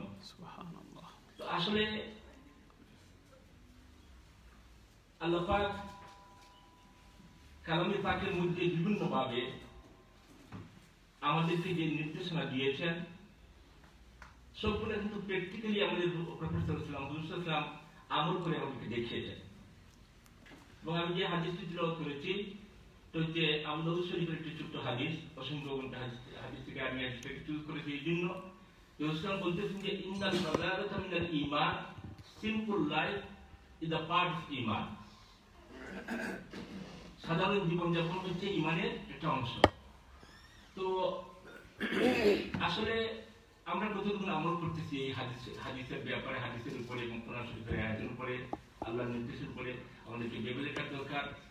একদিন রাসূলকে লক্ষ্য করে ওমর রাদিয়াল্লাহু আনহু বলতেছেন, ইয়া রাসূলুল্লাহ, আপনার পিঠে ঘুমিয়েছিলেন, চাকার মধ্যে, পিঠের মধ্যে চাকার দাগ পড়ে গেছে, ইয়া রাসূলুল্লাহ, আপনি দুনিয়ার সর্দার, সর্বশ্রেষ্ঠ সৃষ্টি আল্লাহ, আপনি আপনার পিঠের মধ্যে চাকার দাগ, কিন্তু এই সময়ে রোম এবং পারস্যের সম্রাটরা কি যে এনজয় করছে তাদের লাইফকে।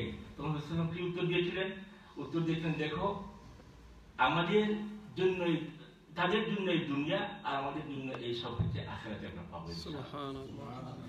আসলে আরো কত বলবো না, আমরা যদি একটু রাসূলের জীবনের দিকে তাকাই, যদি রাসূল চাইতেন আল্লাহ পাক উহুদ পাহাড়কে সোনা বানিয়ে দেওয়ার জন্য জিবরাইলকে পাঠিয়েছিলেন, কিন্তু রাসূল চান নাই।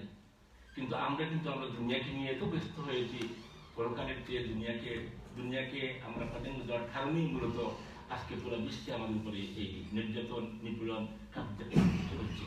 এটা অনেক আলোচনা, বিজ্ঞ আলোচনা আছেন, আরো শুনবেন আপনারা। তো আমি যেটুকু বলতে চাই, আসলে আমাদেরকে যে সবকগুলি দিয়ে গেছেন, যদি আমরা একটি হাদিসের উপরে আমল করতে পারি, একটি হাদিসের উপরে, সিম্পল লাইফ মিনস, মানে আমরা সবাই বুঝতেছি সিম্পল লাইফের মিনিং কি।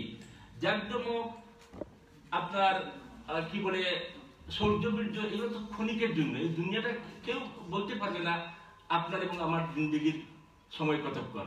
আমি এখানে দাঁড়িয়ে কথা বলছি আপনাদের সামনে, কোনো গ্যারান্টি নেই আগামীকালকে এই সময় আমি আর এই দুনিয়াতে থাকবো। আমরা অনেকে হয়তো থাকবো না আগামীকালকে এই সময়, কিন্তু এই দুনিয়াকে আমরা তো তুলনা করতে হবে যে আমরা মুসাফির এই দুনিয়াতে। মুসাফির এক্সাম্পল এরকম বিভিন্ন স্কলাররা দিয়েছেন। মনে করেন আপনি লন্ডন থেকে বার্মিংহাম যাবেন, এখন ইউস্টন স্টেশনে গিয়ে আপনি ট্রেনের জন্য অপেক্ষা করতেছেন, আপনার ডেস্টিনেশন হচ্ছে বার্মিংহাম, আপনি বার্মিংহাম যাবেন। এখন আছেন কি এমন কোনো লোক যে ওয়েটিং রুমে বসে ট্রেনের অপেক্ষা, 15 মিনিট পরে ট্রেন আসবে, ট্রেন আসলে ট্রেনে চড়েই আমরা বার্মিংহাম যাবেন, আমি যাবো কিংবা আপনি যাবেন?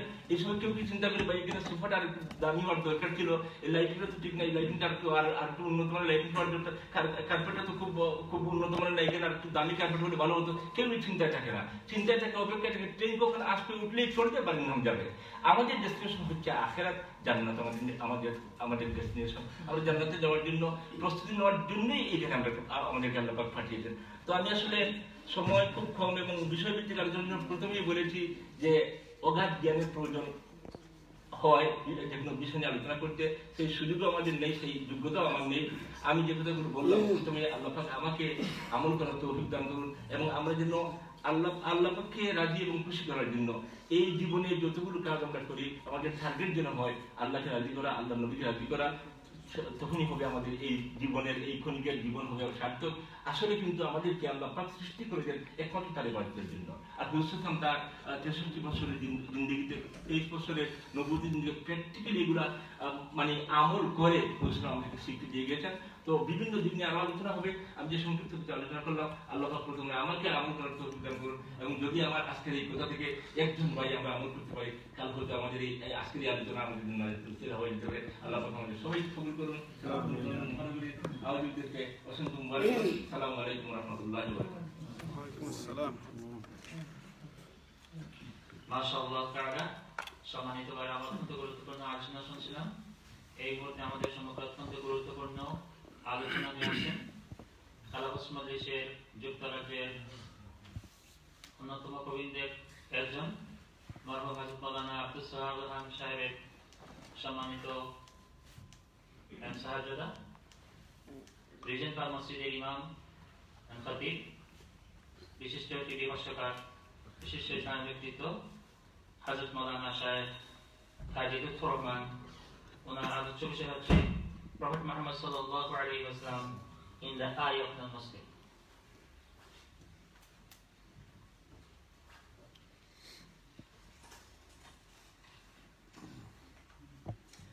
السلام عليكم ورحمة الله وبركاته. وعليكم السلام. الحمد لله جل جلاله والمصلى عليه محمد وآله.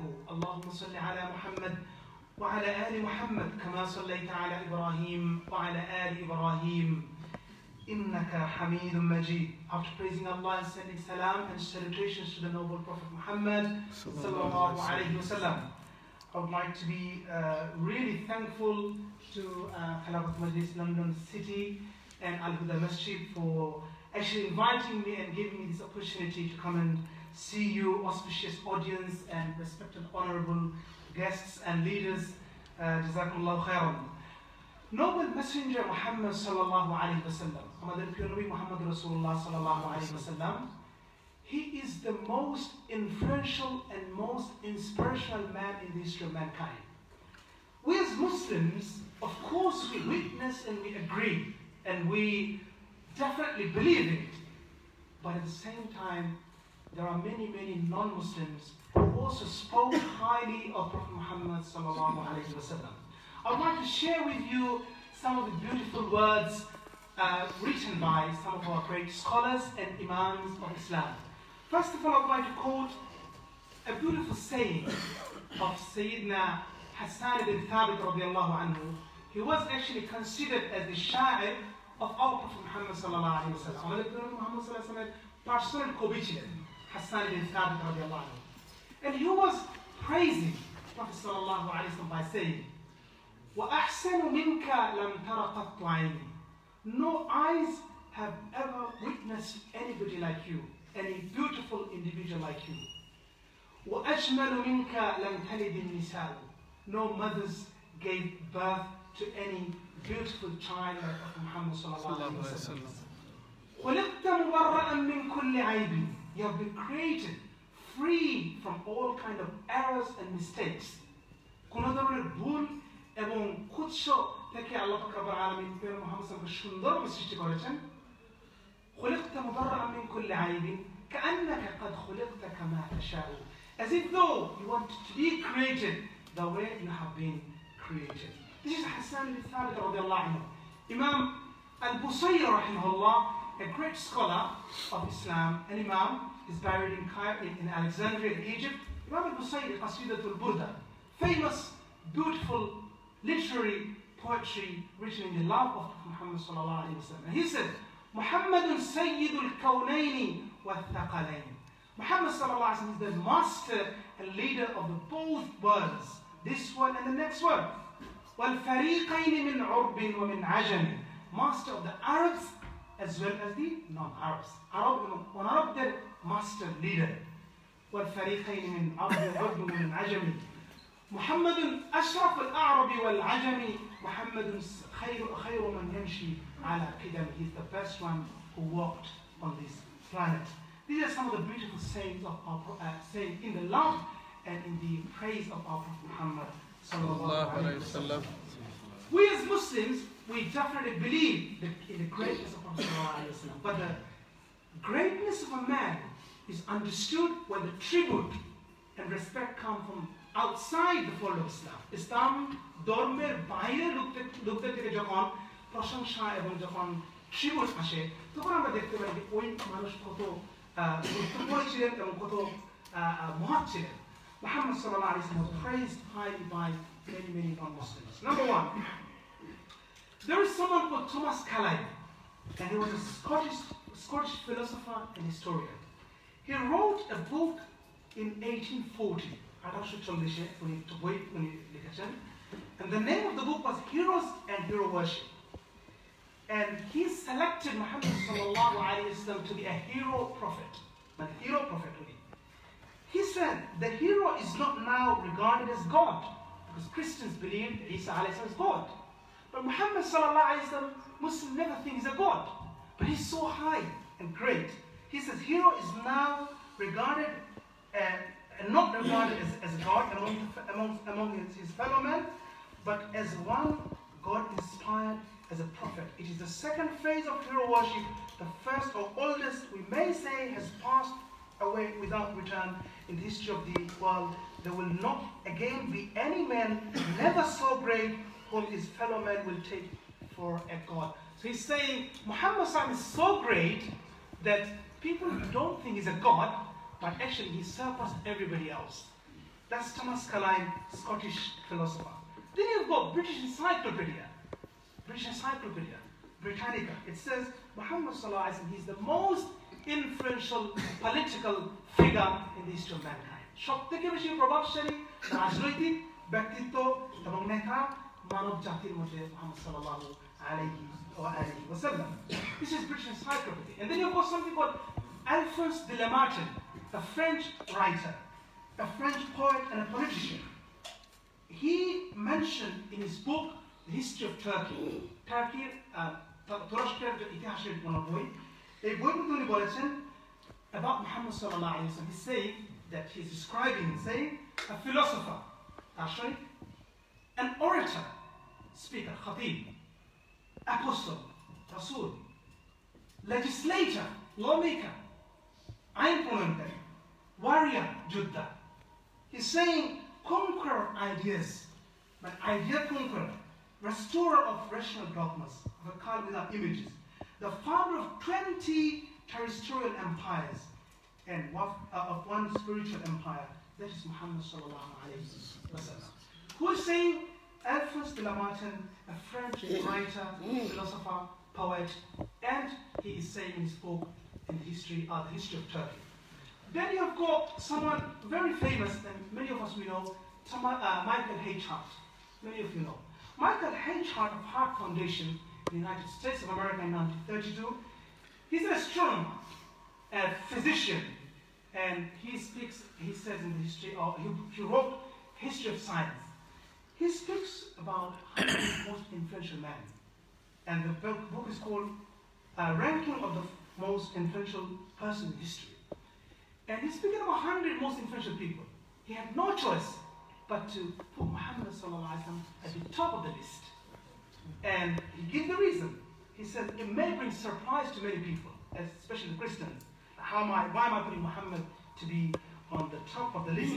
He says, my choice of Muhammad to lead the list of the world's most influential persons may surprise some readers and may be questioned by others.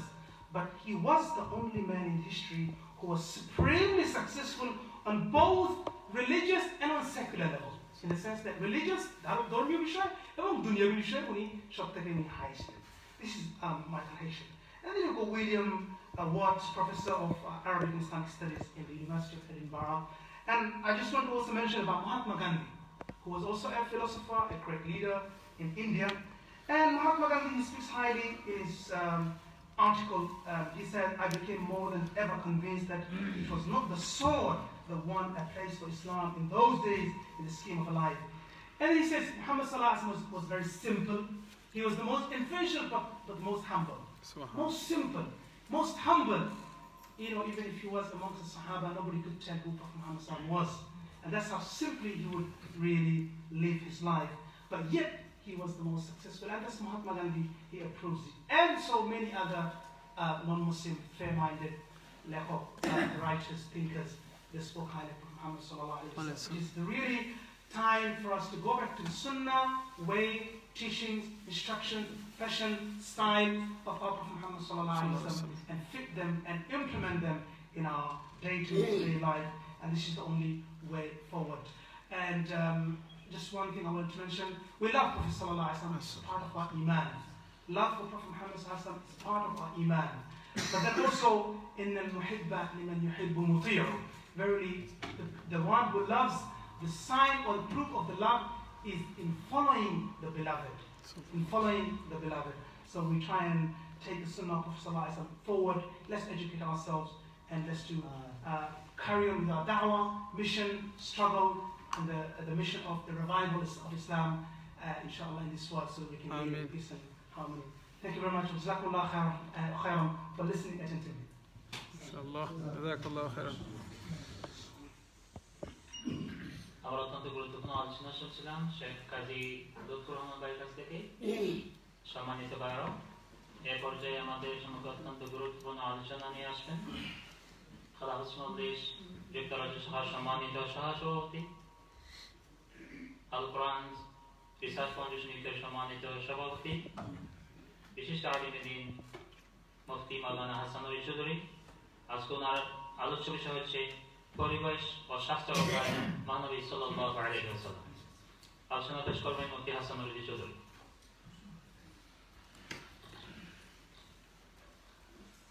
السلام عليكم ورحمة الله وبركاته. وعليكم السلام. أعوذ بالله من الشيطان الرجيم. بسم الله الرحمن الرحيم. ولقد كتبنا في الزبور من بعد الذكر أن الأرض يرثها عبادي الصالحون إن في هذا لبلاغا لقوم عابدين وما أرسلناك إلا رحمة للعالمين.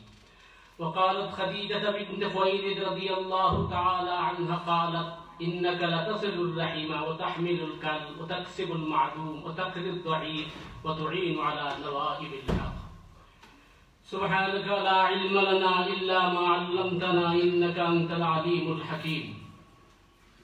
London city Khelafat Majlis কর্তৃক আয়োজিত আজকের এই সিরাত মাহফিলের মুহতারাম সভাপতি, মঞ্চে উপবিষ্ট গুণীজন এবং আমাদের সামনে উপস্থিত জ্ঞানী গুণী বুদ্ধিজীবী সমাজ, আমরা জানি যে সিলেটের দুই বুজুর্গ, একজন নুরুল ইসলাম মহিজপুরি রহমতুল্লাহ আলাইহি, আর একজন এক ভাই লিখছেন ব্ল্যাক ডায়মন্ড আব্দুল খালিক রহমতুল্লাহ আলাইহি, আসলে কিন্তু ব্ল্যাক ডায়মন্ড।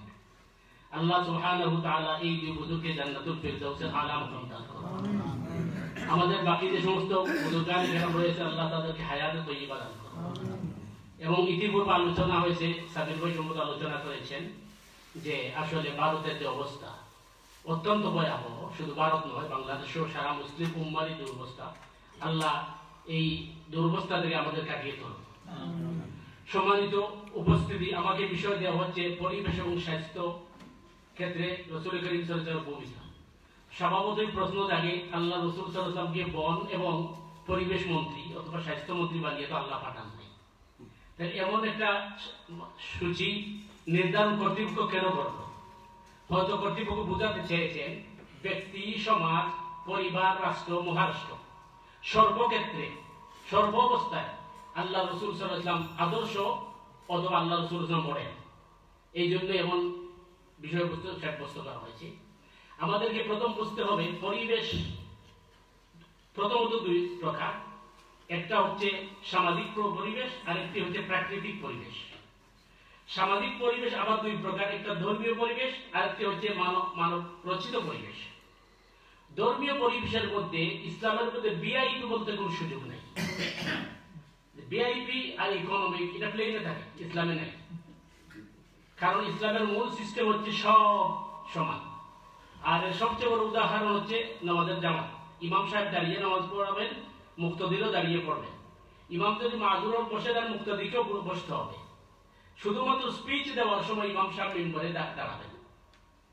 ইসলাম এমন সিস্টেম করেছে। আপনারা ইতিপূর্বে শুনেছেন আলোচনা, রাসূল করিম সাল্লাল্লাহু আলাইহি ওয়াসাল্লাম যে গাধার উপর সওয়ার হয়ে আল্লাহ রাসূল সাল্লাল্লাহু আলাইহি ওয়াসাল্লাম এক জায়গা থেকে অন্য জায়গায় গেলেন। সাহাবায়ে কেরাম বললেন, ইয়া রাসূলুল্লাহ, আমাদের খুবই লজ্জা করে আপনি দুর্বল একটা গাধার উপর সওয়ার হয়ে যাচ্ছেন, আমরা একটু দামি গুড় আপনাকে কিনে দিই। আল্লাহ রাসূল সাল্লাল্লাহু আলাইহি ওয়াসাল্লাম বললেন, না, আমার মনে এটা মানে না। কিন্তু নায়েবে রাসূলের নামদারি আমরা যারা আছি, হেলিকপ্টার ছাড়া আমাদের বক্তৃতা হয় না।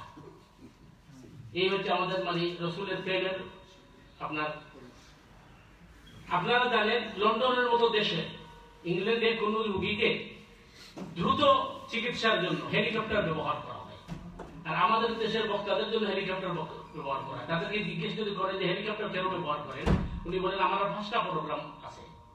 আপনার 5টা 10টা প্রোগ্রামের প্রয়োজন কি ছিল? আপনি কি হেদায়েতের চাবিকাঠি নিয়ে আসছেন? আল্লাহ রাসূল তো বললেন হেদায়েতের চাবি দেন নাই, হেদায়েতের মালিক তো আল্লাহ। এই যে আমাদের সামাজিক অবক্ষয়, এটা রাসূল করিম সাল্লাল্লাহু আলাইহি ওয়াসাল্লাম এমন এক সুন্দর পরিবেশ গড়ে তুলেছেন। আর পরিবেশ এত গুরুত্বপূর্ণ জিনিস যে আপনি দেখবেন যে আমরা এই দেশে যারা বসবাস করি, একই মানুষ বাংলাদেশে আমাদের জন্মস্থান, আমরা বাঙালি মানুষ, কিন্তু এয়ারপোর্ট যাওয়ার পরে আমরা কিন্তু সুন্দর কিউ মধ্যে দাঁড়াই। আবার এই ব্যক্তি প্লেনে উঠে যখন ঢাকায় যায়, তখন বিমানটা ল্যান্ড করার আগেই দেখবেন যেভাবে আমরা লাফালাফি শুরু করি, এটা পরিবেশের কারণে। এই দেশের পরিবেশে গড়ে তুলেছে এইভাবে, বাংলাদেশের পরিবেশে যাওয়ার পরেই ওই যে নাও সেই করবো। এই জন্য ইসলাম পরিবেশকে সবচেয়ে বেশি গুরুত্ব দিয়েছে। কোরআনে কারীমের মধ্যে আপনি দেখবেন যে আল্লাহ সুবহানাহু ওয়া তাআলা মদকে হারাম করতে 3টা শ্রেণী নিয়েছেন। কেন নিয়েছেন? যাতে পরিবেশ তৈরি হোক। পরিবেশ তৈরি না হলে আইন প্রয়োগ করলে এটা কার্যকর হয় না, এটা বেশি দিন টিকসই হয় না।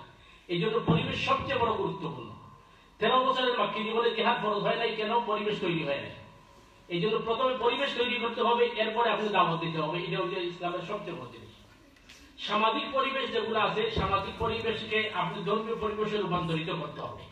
কিন্তু দুর্ভাগ্যজনক হলো সত্য যে আমরা করে কি, আমরা গড্ডালিকায় গাবা সেরে দিই।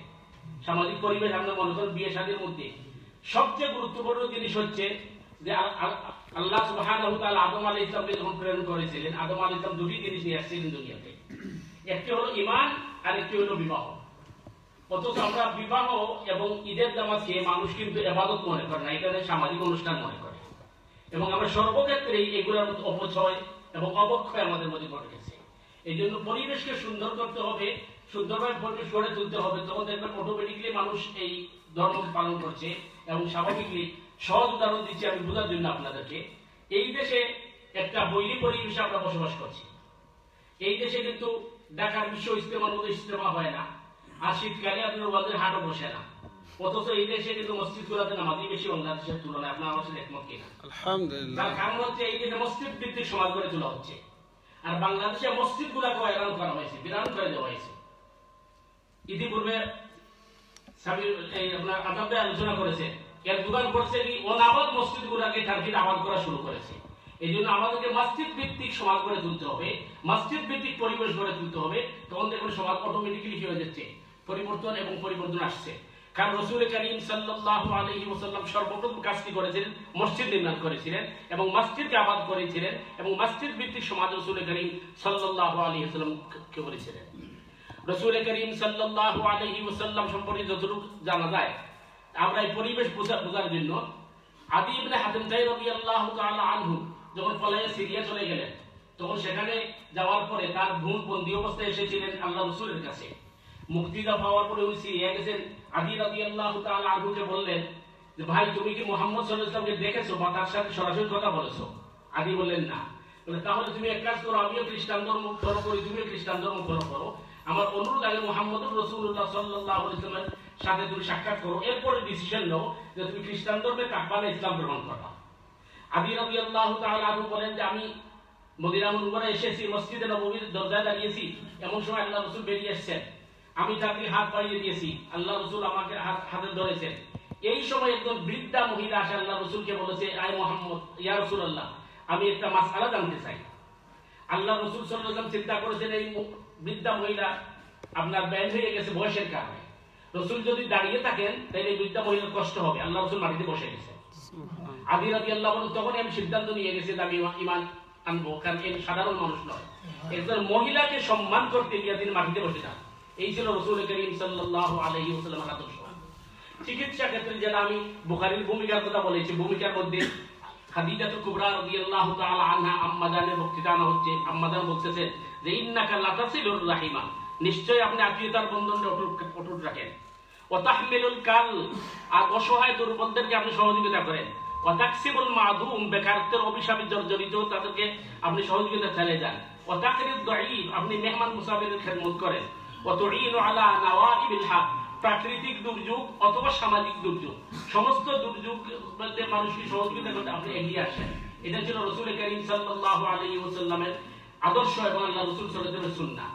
বুখারীর হাদিসের মধ্যে আছে আপনি বেমারি যারা আছে, অসুস্থ যারা আছে, তাদের খেদমত করা, তাদের সেবা করা, তাদের সময় দেওয়া অন্য মুমিনের জন্য ওয়াজিব। যদি আপনার প্রতিবেশী হয়, যদি আপনার এই পাশে থাকে, আপনার যদি সুযোগ থাকে, এই অসংখ্য হাদিস আছে আবু বকর সিদ্দিক রাদিয়াল্লাহু তাআলা আনহুর মতো ব্যক্তিত্ব জামাত পান নাই, তাকবীর উলা পান নাই। আল্লাহ রাসূল জিজ্ঞেস করলেন, আবু বকর তোমার কি হলো, তুমি কেন জামাতে শরীক হতে পারলা না? আবু বকর বললেন, ইয়া রাসূলুল্লাহ, একজন বেমারিকে আমি অসুস্থকে দেখতে গেছিলাম। সুতরাং বেমারি অথবা অসুস্থকে দেখা এটা কিন্তু এই ইমানি দায়িত্ব এবং এটা কিন্তু রাসূলের সুন্নাহ। আর রাসূল করিম সাল্লাল্লাহু আলাইহি ওয়াসাল্লাম চিকিৎসার ব্যাপারে যেটা আমরা আলোচনা করি, কোরআনে কারীম তো মানে সূরা এই আপনার মৌমাছির নামে একটা সূরাই নামকরণ করে দিয়েছে এবং কোরআন বলতেছে ইয়াখরুজু মিন বুতুনিহা শারাবুন মুখতালিফুন আলওয়ানুহু ফীহি শিফাউল লিন-নাস। বিভিন্ন কালার, বিভিন্ন বর্ণ এবং বিভিন্ন টেস্টের মধু চাষ করে মৌমাছি। আর এই মৌমাছি চাষ করার কারণে এই যে সব রোগের ঔষধ হয়। প্রশ্ন আসতে পারে সব রোগের যদি ঔষধ হয় তাইলে তো হসপিটালের প্রয়োজন ছিল না। রাসূল করিম সাল্লাল্লাহু আলাইহি ওয়াসাল্লাম বলেছেন খালিদের মৃত্যু ছাড়া সব রোগের ঔষধ। স্বভাবত প্রশ্ন আছে তাইলে হসপিটালের প্রয়োজন ছিল না। আসলে কিন্তু হসপিটালের প্রয়োজন ছিল না। যদি আমরা প্রাকৃতির সাথে বৈরী আচরণ না করতাম তাহলে আমাদের এই অবস্থা হতো না। জ্বলন্ত উদাহরণ, আজ থেকে 50 বছর আগে মানুষের ক্যান্সার হয় নাই, মানুষের ডায়াবেটিস হয় নাই, মানুষ কিন্তু এত রোগে আক্রান্ত ছিল না। এই খালিদের উপর মানুষ নির্ভর করেছিল, মধুর উপর মানুষ নির্ভর করেছিল। এবং আমরা যখন মডার্ন হয়েছি, প্রত্যেকটা জিনিসকে রিফাইন করেছি, যত রিফাইন বেশি করেছি এত রোগ বেশি আমাদের মধ্যে এসে দেখা পাচ্ছে। সুতরাং রাসূল করিম সাল্লাল্লাহু আলাইহি ওয়াসাল্লাম পরিবেশের ক্ষেত্রে এবং স্বাস্থ্যের ক্ষেত্রে আল্লাহ রাসূল সাল্লাল্লাহু আলাইহি ওয়াসাল্লাম উন্নত পরিবেশ এবং উন্নত স্বাস্থ্যের সিস্টেমের জন্য আল্লাহ রাসূল করেছিলেন। সম্মানিত উপস্থিতি, দুর্ভাগ্যের বিষয় হচ্ছে আমরা যা আলোচনা করি আর যা বলি কাজ করবে কিন্তু আমাদের তা থাকে না। আপনি চিন্তা করে দেখবেন, আমি আয়াত আপনাদের সামনে তেলাওয়াত করেছি। আল্লাহ সুবহানাহু ওয়া তাআলা বলেছেন, লাকাদ কাতাবনা ফিজ জাবুরি মিন বা'দিয যিকরি আন্নাল আরদা ইয়ারিসুহা ইবাদিয়াস সালিহুন। ওয়া লাকাদ কাতাবনা, নিশ্চয় আমি লিখে রেখেছিলাম, ফিজ জাবুর, জাবুরের মধ্যে, মিন বা'দিয যিকরি, নসিহতের বাদে, আন্নাল আরদা ইয়ারিসুহা ইবাদিয়াস সালিহুন, নিশ্চয় আমি এই জমিনের উত্তরাধিকার দান করব সালিহুনদেরকে। কিন্তু আজকে আমরা কেন এই অবস্থা, মুসলিম অবস্থা, এই দুরবস্থা কেন? তার কারণ হচ্ছে আল্লাহ সুবহানাহু ওয়া তাআলা সাইয়্যিদুনা মুসা আলাইহিস সালাম তার কওমকে বলেছিলেন, ওয়া কওমি দুখুলুল আরদাল মুকাদ্দাসাতাল্লাতী কাতাবাল্লাহু লাকুম, হে বনি ইসরাঈল জাতি, এই আরদে মুকাদ্দাস পবিত্র ভূমি তোমাদের নামে আল্লাহ কিন্তু সৃষ্টি করে দিয়েছেন। শর্ত হচ্ছে একটি, যে তোমরা জিহাদ করে তোমাদের মাতৃভূমি দখল করতে হবে। ওরা বলল, মুসা তুমি কি জানো না আমালিকা জাতির অবস্থা কি, লম্বা লম্বা মানুষ, এদের সাথে আমরা কি জিহাদ করবো?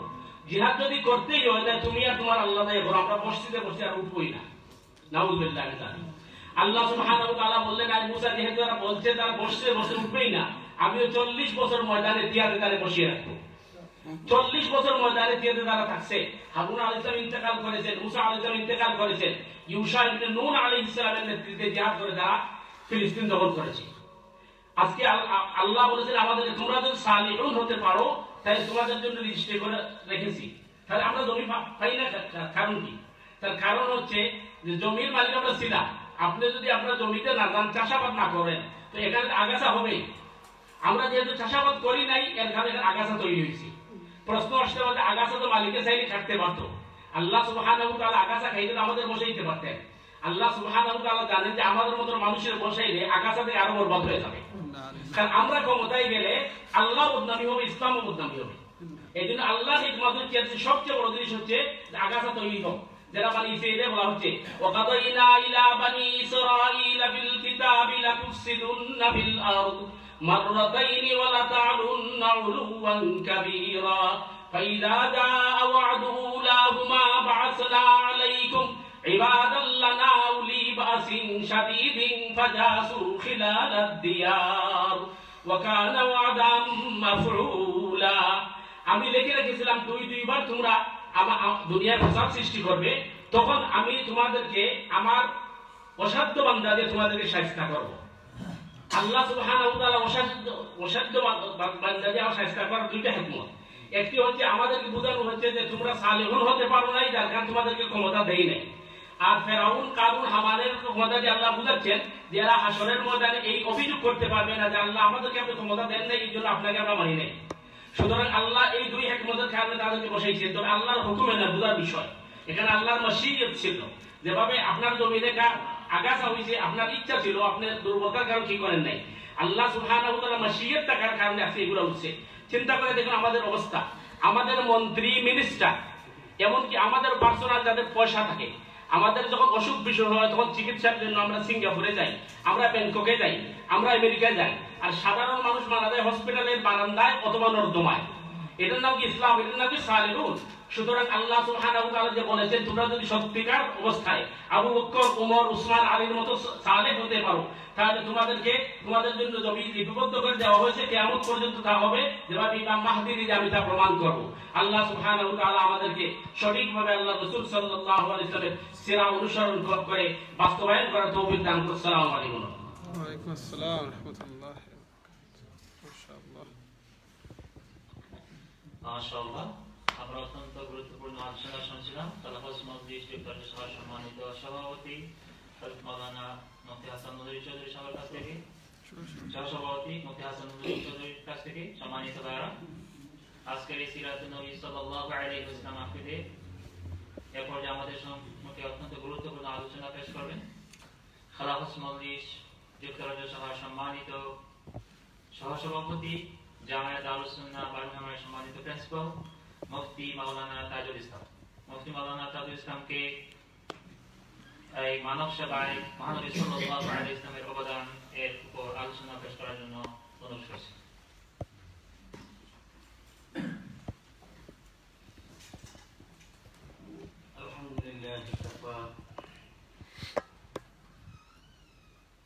আলহামদুলিল্লাহ কাফা ওয়াসসালাতু ওয়াসসালামু আলা সাইয়্যিদিল মুরসালিন ওয়া আলা আলিহি ওয়া আসহাবিহি আজমাইন। আম্মা বা'দ, ফাআউযু বিল্লাহি মিনাশ শাইতানির রাজীম। বিসমিল্লাহির রাহমানির রাহিম। লাকাদ কানা লাকুম ফি রাসূলিল্লাহি উসওয়াতুন হাসানাহ। ওয়া ক্বালা তাবারাকা ওয়া তাআলা إنك لعلى خلق عظيم. وقال رسول الله صلى الله عليه وسلم لا يؤمن أحدكم حتى أكون أحب إليه من والده وولده والناس أجمعين. خلافة مجلس লন্ডন মহানগরী আয়োজিত আজকের সিরাত মাহফিলের সম্মানিত সভাপতি, মতবরক মাহফিলের সম্মানিত প্রধান অতিথি, ইসলামী আন্দোলনের প্রাণ পুরুষ, লেখক, গবেষক হযরত মাওলানা অধ্যাপক আব্দুল কাদির সালেহ সাহেব, উপস্থিত খেলাফত মজলিসের যুক্তরাজ্য এবং লোকাল নেতৃবৃন্দ ও আমার প্রাণপ্রিয় এই দিনী কাফেলার শুভাকাঙ্ক্ষী কর্মী ভাইয়েরা, ইসলাম দরদি, ইসলাম প্রিয় তৌহিদি জনতা,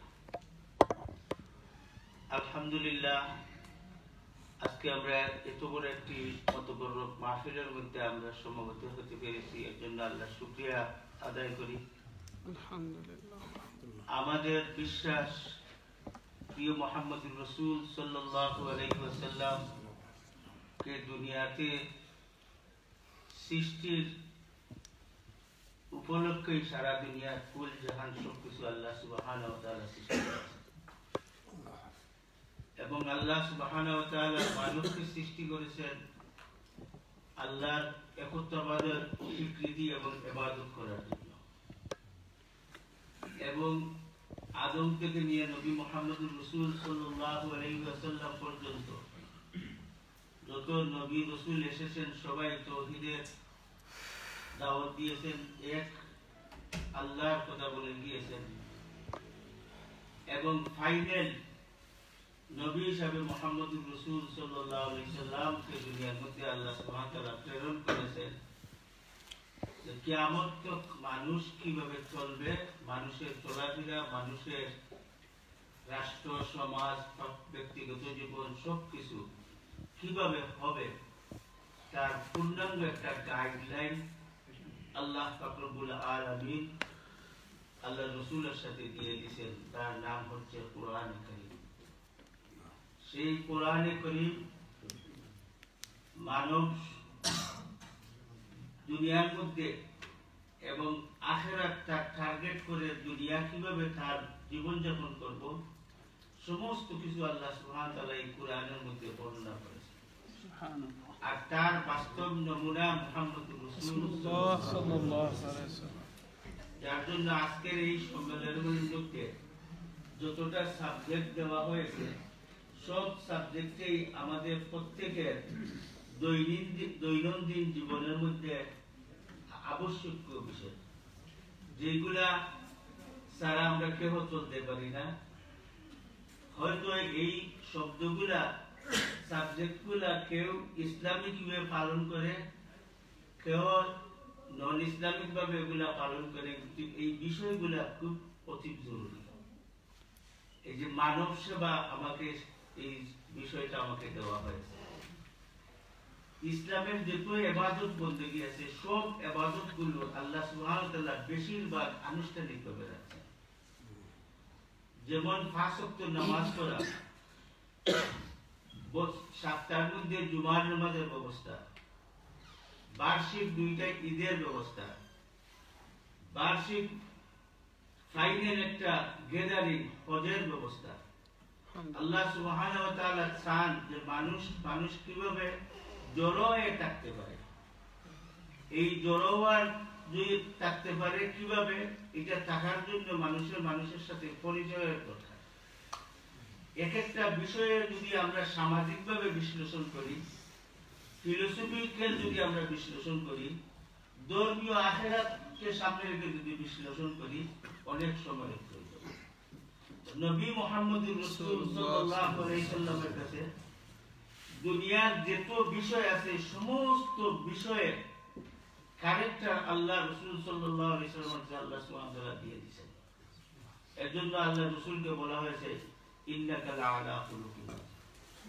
আমরা আজকে সারা দুনিয়ার মধ্যে আমাদের কোরআন, আমাদের আদর্শ রেখে সারা দুনিয়ায় আমরা খোঁজাখুঁজি করি সভ্যতার জন্য।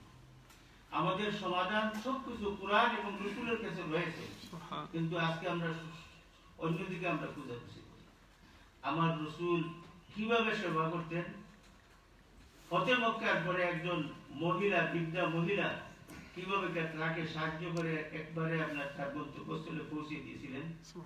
এই সেবার মাধ্যমে সে ইসলাম গ্রহণ করেছে। ঠিক তেমনি ভাবে অনেক বুড়ি বুড়ি ঘটনা আছে। রাসূল সাল্লাল্লাহু আলাইহি ওয়াসাল্লাম ইহুদি পরিকল্পিতভাবে আসছিল যে রাসূল ইসলামকে কষ্ট দেওয়ার জন্য। সাহাবায়ে কেরাম সবসময় রাসূলের কাছে থাকতেন, কয়েক মেহমান আসতেন, দূর থেকে আসতেন ইসলামের জন্য। নতুন মুসলমান 10 জনের আহার ভাগ করা হয়েছে, এখানের মধ্যে শেয়ার শামিল হয়েছে মেহমান হিসেবে। রাসূলের কাছে আপনার মুসলমান নন মুসলমান এগুলোর পার্থক্য ছিল না, মানবিক দিক দিয়ে সবাইকে রাসূল জড়ো করে রাখতেন। তাকে সে পরিকল্পিতভাবে সবাই খাবার একেলগে সে খেয়ে ফেলছে, সবাই উপহার। যার জন্য রাত্রে তার পেট খারাপ করছে, বিছনা সবকিছু নষ্ট করে ফেলছে। পরের দিন রাসূল সাল্লাল্লাহু আলাইহি ওয়াসাল্লাম আফসোস করছেন এবং যে লোকটা কত কষ্ট পেয়েছে, এবং রাসূল সাল্লাল্লাহু আলাইহি ওয়াসাল্লাম নিজ হাতে তার বিছনা সবকিছু পরিষ্কার করতেছেন। এমন অবস্থায় লোকটা তার মূল্যবান তরবারি ফেলে গিয়েছিল, সেটা আসার জন্য নেওয়ার জন্য সে আসছে, সাহস পাচ্ছে না যে রাত্রে কি করছে। তার তো চুলের মনে মনে কিরাকাত এটা তার মনে মনে আছে, সেজন্য আর আসতেছে না। কিন্তু রাসূলের চোখ পড়ে গেছে। রাসূল বলছেন তুমি আসো, কি হয়েছে? তুমি তো রাত্রে কষ্ট করেছো, এত কষ্ট করেছো। রাসূল সাল্লাল্লাহু আলাইহি ওয়াসাল্লামের এই আদর্শ থেকে সে মুসলমান। সুবহানাল্লাহ। ঠিক তেমনিভাবে বুড়ি খাটা দিত রাসূল সাল্লাল্লাহু আলাইহি ওয়াসাল্লামের পথে। একদিন খাটা দেয় নাই, রাসূল সাল্লাল্লাহু আলাইহি ওয়াসাল্লাম খোঁজ নিয়েছেন। রাসূল সাল্লাল্লাহু আলাইহি ওয়াসাল্লাম খোঁজ নেওয়ার পরে রাসূল সাল্লাল্লাহু আলাইহি ওয়াসাল্লাম এই বুড়ির সেবা শুশ্রূষা করেছেন। এই ছিল সেবার। অন্যদিকে তো আল্লাহ রাসূল যে সময় ইন্তেকাল করেন, আয়েশা সিদ্দিকা রাদিয়াল্লাহু তাআলা আনহা বলেন যে একদিন ওরা খাওয়ার ব্যবস্থা ছিল রাসূলের ঘরে ছিল না।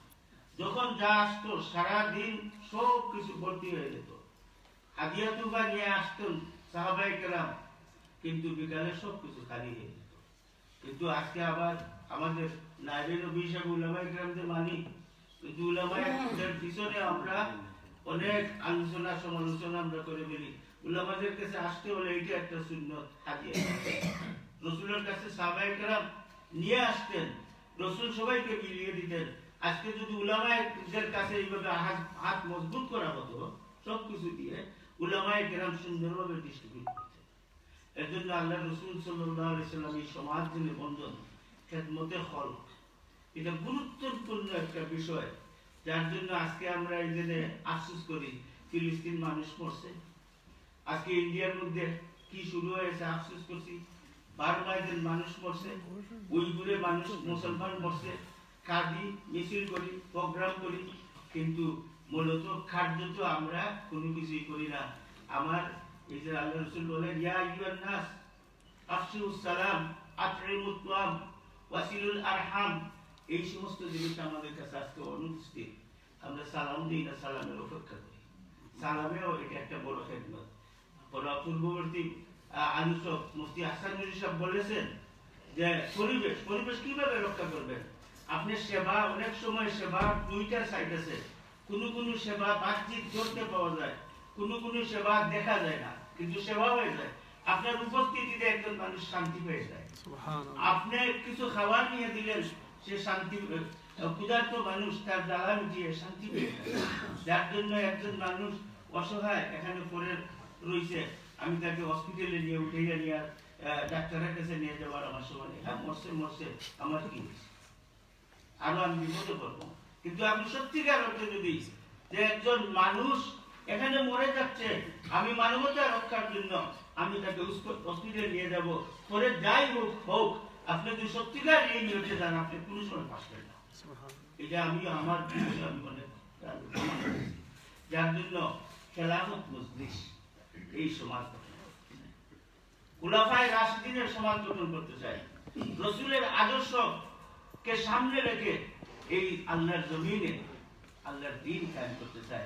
আজকে আমরা বাংলাদেশে যদি তাকাই, সেবা হচ্ছে, মানুষ রাস্তায়, আমাদের শেখ হাসিনা বলছেন আমি বেডরুমকে ভাড়া দিব, যার জন্য রাসূল সাল্লাল্লাহু আলাইহি ওয়াসাল্লাম তা তো বলেন নাই। হযরত উমর রাদিয়াল্লাহু তাআলা আনহু বলেছিলেন, শুধু ফুরাত নদীর তীরে যদি একজন একটা কুকুরও যদি মারা খায় যায়, আমি রাষ্ট্রনায়ক তার জন্য দায়ী, কিয়ামতের দিন এটার জন্য আমি জবাব দিতে হবে। এই ছিল আমাদের এই ইসলামের আদর্শ। রাসূল সাল্লাল্লাহু আলাইহি ওয়াসাল্লামের গড়ে যাওয়া সাহাবায়ে কেরাম সেই আদর্শকে সামনে রেখে খেলাফত মজলিস কাজ করতেছে। কিন্তু আসলে সাবজেক্টটা অত্যন্ত বড়, এবং একটা সাবজেক্ট আরেকটা সাবজেক্টের সাথে কানেকশন। আমরা যদি মুসলমান হিসাবে আমাদেরকে আল্লাহ রাসূল সাল্লাল্লাহু আলাইহি ওয়াসাল্লাম আমাদের সম্পর্ক ঈমানদারকে মুমিন ঘোষণা দিয়েছেন আল্লাহ, আর আল্লাহ রাসূল বলেন ইন্নামাল মুমিনুনা আল মুসলিমু আখুল মুসলিম, মুসলমান মুসলমানের ভাই। কিন্তু আমরা বেরাদরি হক আদায় করছি। বেরাদরি তো হচ্ছে মুসলমান হিসাবে এই যে সিলা রাহমি যেটা, আল কাতিউ লা ইয়াদখুলুল জান্নাহ, যারা সম্পর্ক সেট করে তারা বেহেশতে যাবে না। এই দেশের মধ্যে আমাদের কার্পেটের উপরে থাকি, আমরা আরামে এসে থাকি, প্রত্যেক সপ্তাহে আমাদের ওয়েজেস আছে, কিন্তু আমরা দেখবেন এমন কোন শতকরা 99% ফ্যামিলির মধ্যে ক্রাইসিস, ভাইয়ের মধ্যে মিল নেই, ভাইয়ের মধ্যে হানাহানি। এখানে তো খাওয়ার অভাব নেই, টাকার অভাব নেই, পয়সার অভাব নেই।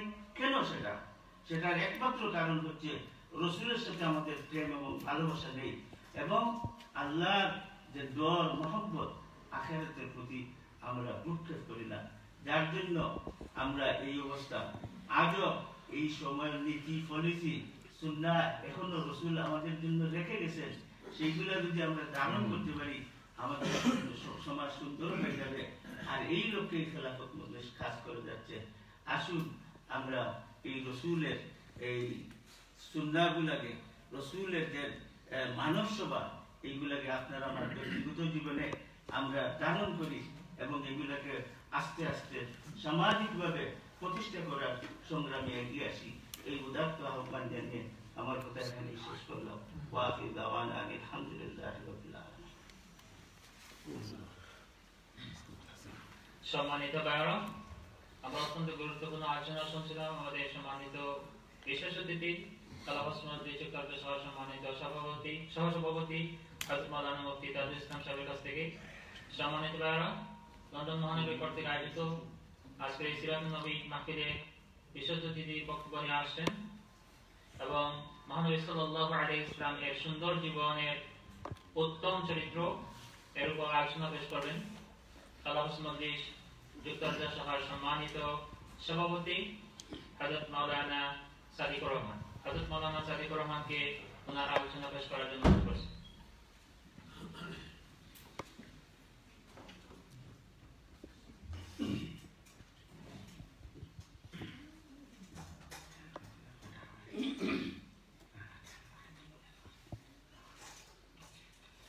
السلام عليكم ورحمة الله وبركاته.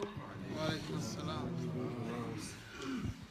نحمد الله حمد الشاكرين وأصلي وسلم على النبي الأمين وعلى آله الطيبين الطاهرين وصحبه أجمعين. أما بعد فأعوذ بالله من الشيطان الرجيم. بسم الله الرحمن الرحيم.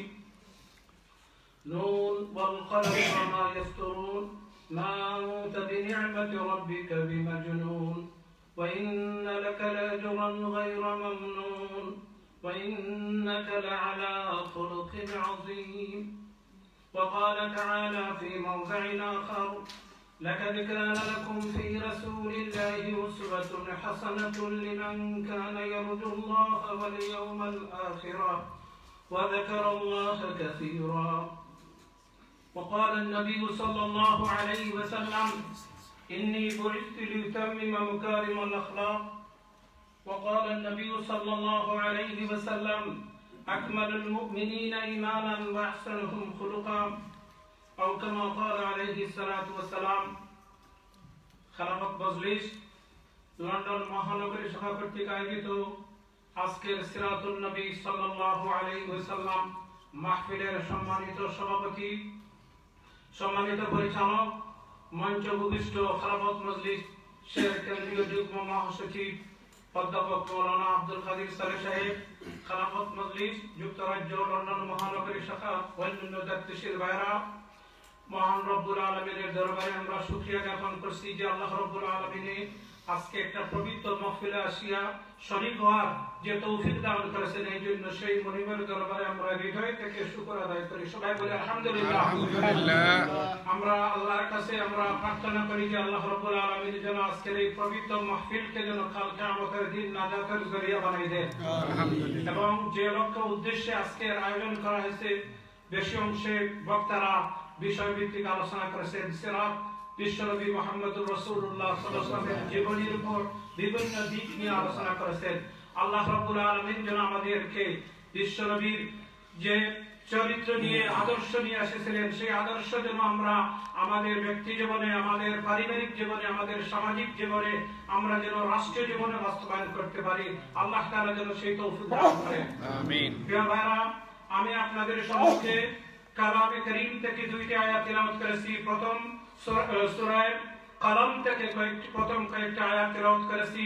আল্লাহ রাব্বুল আলামিন এই আয়াতের শানে নজুল হচ্ছে যখন বিশ্বনবী মুহাম্মদুর রাসূলুল্লাহ সাল্লাল্লাহু আলাইহি ওয়াসাল্লাম নবুয়ত প্রাপ্ত হলেন, নবুয়ত পেলেন, তখন তিনি আরবের মক্কার কাফিরদেরকে, কুরাইশদেরকে তিনি দ্বীনের দাওয়াত দিলেন, তাওহীদের দাওয়াত দিলেন, রিসালাতের দাওয়াত দিলেন এবং মূর্তি পূজার বিরুদ্ধে তিনি কথা বলতে লাগলেন।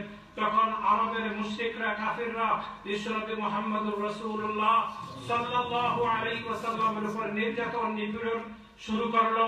এমনকি তারা বলতে লাগলো যে নবী আপনি মজনুন। তখন আল্লাহ রাব্বুল আলামিন এই সূরা কলম নাযিল করে নবীকে সান্ত্বনা দান করলেন যে হে নবী, আপনি মা আনতা বিনিয়ামাতি রাব্বিকা বিমাজনুন, আপনি পাগল নয়, আল্লাহর অনুগ্রহে, আল্লাহর দয়ায় আপনি পাগল নয়। যারা বলতেছে আপনাকে তারা হচ্ছে পাগল। ওয়া ইন্নাকা লাআজরান গায়রা মামনুন, আল্লাহ রাব্বুল আলামিন আপনি যে কষ্ট ধারণ করে যে দ্বীনের দাওয়াত দিচ্ছেন, আল্লাহ রাব্বুল আলামিন আপনাকে অসংখ্য পুরস্কার দান করবেন। ওয়া ইন্নাকা লাআলা খুলুকিন আযীম, এবং আল্লাহ রাব্বুল আলামিন আপনাকে উত্তম চরিত্রের অধিকারী করে দুনিয়াতে প্রেরণ করেছেন। সুবহানাল্লাহ। প্রিয় ভাইরা, নবী নবুয়তের প্রাপ্তির আগেই তিনি কিন্তু উন্নতের চরিত্রের অধিকারী ছিলেন। আমরা জানি যে বিশ্বনবী মুহাম্মদুর রাসূলুল্লাহ সাল্লাল্লাহু আলাইহি ওয়াসাল্লাম নবুয়ত প্রাপ্তির পূর্বে তিনিকে আরবের কাফিররা নাকি মুশরিকরা নাকি আরবের যারা গোত্রের লিডার ছিল তিনিকে আল আমিন বলে তিনিকে খেতাব দিয়েছিল, ভূষিত করেছিল, তিনি বিশেষত ছিল। এবং তিনি নবুয়ত প্রাপ্ত হওয়ার পর আল্লাহ রাব্বুল আলামিন তিনিকে আখলাকের পূর্ণতা দান করেছেন, যেটা নাকি আল্লাহর নবী হাদিসের মধ্যে বলেছেন, ইন্নী বুইসতু লিউতাম্মিমা মাকারিমাল আখলাক, আমাকে প্রেরিত করা হয়েছে আখলাকের পরিপূর্ণতা দানের জন্য। সুবহানাল্লাহ। বিশ্বনবী আখলাকের পরিপূর্ণতা দিয়েছেন। যে আমরা জানি যখন আল্লাহর নবী দ্বীনের দাওয়াত দিতে লাগলেন তখন মক্কার কাফিররা আল্লাহর নবীর উপরে নির্যাতন, যখন কাফিররা দ্বীনের দাওয়াত গ্রহণ করছে না তখন রাসূলুল্লাহ সাল্লাল্লাহু আলাইহি ওয়াসাল্লাম দ্বীন প্রচারের জন্য তায়েফে গিয়েছিলেন। তখন তায়েফের বাসীরা আল্লাহর নবীর উপরে ঈমান আনলো না, এমন ভাবে অত্যাচার নির্যাতন শুরু করলো। হযরত যায়েদ ইবনে হারিসা রাদিয়াল্লাহু তাআলা আনহু বলেন যে আল্লাহর নবীর উপরে তারা পাথর নিক্ষেপ করা আরম্ভ করলো, রক্ত রঞ্জিত হয়ে গেল। রাসূলুল্লাহ সাল্লাল্লাহু আলাইহি ওয়াসাল্লাম বুখারী শরীফের হাদিস, আল্লাহর নবীর পাগড়ি মোবারক দিয়ে রক্ত বসতে থাকলেন। আর আল্লাহর নবী এই সময় জিবরিল আলাইহিস সালাতু ওয়াস সালাম পাহাড়ে নিযুক্ত ফেরেশতাকে নিয়ে আসে বললেন, হে আল্লাহর নবী, যদি আপনি বলে দেন তাহলে তায়েফের পুরো পাহাড়কে একত্রিত করে তায়েফবাসীকে ধ্বংস করে দেব। রাসূলুল্লাহ সাল্লাল্লাহু আলাইহি ওয়াসাল্লাম বললেন, ও জিবরাইল, যদি আমি এখন বদদুয়া দেই এই তায়েফবাসীকে ধ্বংস করে দেই তাহলে পরবর্তীতে কার কাছে দ্বীনের দাওয়াত দেব? তারা আমি যে সত্য নবী, আমি যে আখের নবী, আমি যে তাজদারে মদিনা তারা বুঝছে না, না বুঝিয়ে আমার উপরে তারা অত্যাচার নির্যাতন করছে। আল্লাহর নবী তাদের হেদায়েতের জন্য দোয়া করেন। বুখারীতে আসছে, আল্লাহুম্মা হদি কওমি ফাইন্নাহুম লা ইয়ালামুন। রাসূলুল্লাহ সাল্লাল্লাহু আলাইহি ওয়াসাল্লাম দোয়া করেন যে হে আল্লাহ, আমার কওমরা না বুঝিয়ে আমার উপরে তারা অত্যাচার করছে, তাদেরকে বোঝার তৌফিক দান করুন। প্রিয় ভাইরা, এই ঘটনা থেকে আমরা শিক্ষা পাই নবী কত দয়ালু ছিলেন, কত ধৈর্যশীল ছিলেন। নবীর রাখান দয়ালু, ধৈর্যশীল আর পৃথিবীতে আর কেউ নাই। আল্লাহ রাব্বুল আলামিন বলেন, ওয়া মা আরসালনাকা ইল্লা রাহমাতাল লিল আলামিন, ও নবী আপনারে রাহমাতুল লিল আলামিন করিয়া দুনিয়া পাঠাইছি। শুধু রাহমাতুল লিল আলামিন মুসলমানের জন্য নয়, তিনি নন মুসলমানের জন্য, সমস্ত বিশ্ব কায়েমের জন্য আল্লাহর নবী রাহমাতুল লিল আলামিন ছিলেন। যায়েদ ইবনে সানা ইহুদি, উনি আসমানি কিতাবের পণ্ডিত, উনি বলেন যে আমি রাসূলুল্লাহ সাল্লাল্লাহু আলাইহি ওয়াসাল্লামের নবুয়তের সমস্ত নিদর্শনাবলী গুণাবলী হল উনার মধ্যে বিদ্যমান পেয়েছি, কিন্তু দুইটা গুণাবলী আমার এখনো পরীক্ষার বাকি রয়েছে। যে নবীর উপরে একটা হলো যে তার ধৈর্য শক্তির আগের চেয়েও বেশি হবে আখেরি নবীর, এই গুণাবলীটা আমি পরীক্ষা করার সুযোগ পাই নাই। আর আরেকটা হইল এই আখেরি নবীর লগে যত খারাপ আচরণ করা হয় না, খারাপ আচরণ করার বাদেও আল্লাহর নবী কোনো রিয়েক্ট করতে না, বলকে ধৈর্যের মাত্রা বাড়িয়ে দিব গিয়া। যায়েদ ইবনে সানা হয়, আমি সুযোগ তো আর কোনো সুযোগ পাই না। একদিন সুযোগ পাইলাম, তখন আল্লাহর নবী আমার কাছ থেকে শর্ট করে আমি বলতেছি যে আমার কাছ থেকে দাঁড় নিলা, খরচ নিলা, ঋণ নিলা, কিন্তু ঋণের তারিখ ধার্য করা হয়েছে 1 মাস পরে মানে পরিশোধ করা হইব। কিন্তু 1 মাসের 3-4 দিন আগে রাসূল করিম সাল্লাল্লাহু আলাইহি ওয়াসাল্লামের কাছে আইয়া যায়েদ ইবনে সানা তাই না আল্লাহর নবীর কাপড়ের মধ্যে দরিয়া, কুর্তার মধ্যে দরিয়া এমন ভাবে টান আরম্ভ হচ্ছে, আল্লাহর নবীর মানে এই টানোর কারণে আল্লাহর নবী আঘাতপ্রাপ্ত হয়ে গেছেন গিয়া। এর বাদে যায়েদ ইবনে সানায় এমন খারাপ আচরণ, এর বাদে আল্লাহর নবীর হয়, এ মুহাম্মদ, তোমার বংশর খাসলত হইল যে তারা যদি তোর কাছ থেকে ঋণ নেয়, খরচ নেয়, তারা ঠিক মতে তারা আদায় করে না। এইভাবে নবীর বংশ তুলিয়া গালি দেওয়া হয়েছে। যদি কেউ বংশ তুলিয়া কেউ গালি দেয় তাহলে কেউ টিকার মতন নয়, সবারও একটা রিয়েক্ট করার কথা। কিন্তু বিশ্ব নবী মুহাম্মদুর রাসূলুল্লাহ সাল্লাল্লাহু আলাইহি ওয়াসাল্লামে কোন রিয়েক্ট করল না, কোন রকমের উত্তেজিত না হইয়া হাসি মুখে এই ঘটনা মানে তাই টেকল দিলা। এবং উমর রাদিয়াল্লাহু আনহু এই অবস্থা দেখিয়া তাই খুব রাগান্বিত হইলা, তাই রাগ করে কইলা মানে তার তলোয়ারের টাইম বার করিয়া সাইলা মানে প্রতিজ্ঞা রিয়েক্ট করবা লাগি। রাসূল করিম সাল্লাল্লাহু আলাইহি ওয়াসাল্লামে উমর যখন দমক দিয়ে, ও উমর, তোমার উচিত আছিল যে এই ইহুদি ব্যক্তির ঋণ পরিশোধ করা, তুমি ঋণ পরিশোধ না করিয়া বলকে তুমি রিয়েক্ট প্রতিক্রিয়া করায়, তুমি তোমার লাগে উচিত আছিল তাৎক্ষণিক বের দেওয়া। আল্লাহর নবী হযরত আলী হযরত উমর যাও আলীর কাছে গিয়া কইবা যে তার যে পরিশোধ যেগুলা প্রাপ্য আছে প্রাপ্যগুলারে যথেষ্ট দেওয়ার লাগি আরো 2 মণ খাজুর বেশি অতিরিক্ত দেওয়া লাগি, কারণ তুমি যে তার লগে খারাপ আচরণ করছো, তুমি যে রাগ করছো, তার মনের সন্তুষ্ট লাগি বিশ্বনবী মুহাম্মদুর রাসূলুল্লাহ সাল্লাল্লাহু আলাইহি ওয়াসাল্লামে আরো 2 মণ বেশি দেওয়া লাগি উমররে তাই নির্দেশ করলা। যখন উমরে দিতা চাইলা তখন এই জয়েদ ইবনে সানা হন যে আমি আল্লাহর নবীর সমস্ত গুণাবলী হল আসমানি কিতাবের মধ্যে পাই ইসলাম, 2টা গুণাবলী পরীক্ষা করার বাকি রইছে। ও উমর, আমি এই জন্য নবীর লোকে খারাপ আচরণ করছি, নবী আমার লোকে কিতা আচরণ করেন, তাই রিয়েক্ট করেন নেই, তাই বাদ আচরণ করেন নেই, এটা পরীক্ষা করা লাগি আমি তার লগে আচরণ করছি। আমি এখন আশহাদু আল্লা ইলাহা ইল্লাল্লাহু মুহাম্মাদুর রাসূলুল্লাহ পড়ি আমি মুসলমান হয়ে গেলাম। প্রিয় ভাইরা, এই ছিল নবীর আখলাক। রাসূলুল্লাহ সাল্লাল্লাহু আলাইহি ওয়াসাল্লামের আখলাক সম্বন্ধে মা আয়েশা সিদ্দিকা রাদিয়াল্লাহু তাআলা আনহারে প্রশ্ন করা হয়েছিল। তখন কইছিল কানা খুলুকুহু সাল্লাল্লাহু আলাইহি ওয়াসাল্লাম আল কোরআন। কোরআনে আল্লাহ রাব্বুল আলামিন যা নির্দেশ দিয়েছিলেন আল্লাহর নবী তা অক্ষর অক্ষরে তাই বাস্তবে ওগুলো আমল করিয়া সাহাবায়ে কেরামের সামনে নমুনা পেশ করছেন। এইটাই হলো নবীর আখলাক। আর যেটা নিষেধ করছেন ওটা থেকে বিরত রইছেন। হযরত ইবনুল কাইয়িম রাহমাতুল্লাহ আলাইহি মাদারিজুস সালিকের মধ্যে আনয় যে দ্বীন কুল্লুহু খুলুকুন, দিন বলতেই বোঝায় যে মানে উন্নত চরিত্রের নাম। ফামান যাদা আলাইকা ফি খুলুকিহি যাদা আলাইকা ফি দ্বীন, যার আখলাক যত সুন্দর হইব সে দিনের দিকে অত অগ্রগামী হইব। আর ফামান যাদা আলাইকা ফি দ্বীন, আর দিনের দিকে সে অত উদ্যোগ হইব। এর বাদে ইবনুল কাইয়িম রাহমাতুল্লাহ আলাইহি ফরমান হুসনুল খলক হইল বদলুল জামিলে ওয়া কাফুল কবিহ, ভালো কাজ করা এবং বুরা কাজটাকে মন্দ দেখা। আল্লাহর নবী তাই সমস্ত ভালো কাজ করছেন এবং যারা ভালো কাজ করবে আল্লাহর নবী ফরমাইতে কিয়ামতের দিন মিজানের পাল্লা এর থেকে বেশি পাস বাড়ি হবে না যাদের আখলাকে হাসানা হইব, উত্তম চরিত্র হইব। প্রিয় ভাইরা, আজকে মানে বিশ্বনবী মুহাম্মদুর রাসূলুল্লাহ সাল্লাল্লাহু আলাইহি সাল্লামের উম্মত হিসেবে আমরা দাবি করি, কিন্তু আমাদের চরিত্রের মধ্যে অনেক দুর্বলতা আছে, অনেক ঘাটতি আছে। আমরা নবীর শিক্ষণীয় হযরতে আনাস রাদিয়াল্লাহু আনহু ফরমান খাদামতুন নবী সাল্লাল্লাহু আলাইহি ওয়াসাল্লাম 10 সিনিন, আমি 10 বছর আল্লাহর নবীর খিদমত করছি, কিন্তু আল্লাহর নবী একটা দিন কইরা না যে ও আনাস ফামালি উফিন ওয়ালা লিমা সানাতা ওয়ালা ইল্লা সানাত, তুমি খাসটা কেন করলা না, কিবা তো কেন করছো। আল্লাহর নবীর আখলাক আছে, আল্লাহর নবীর চরিত্র আছে।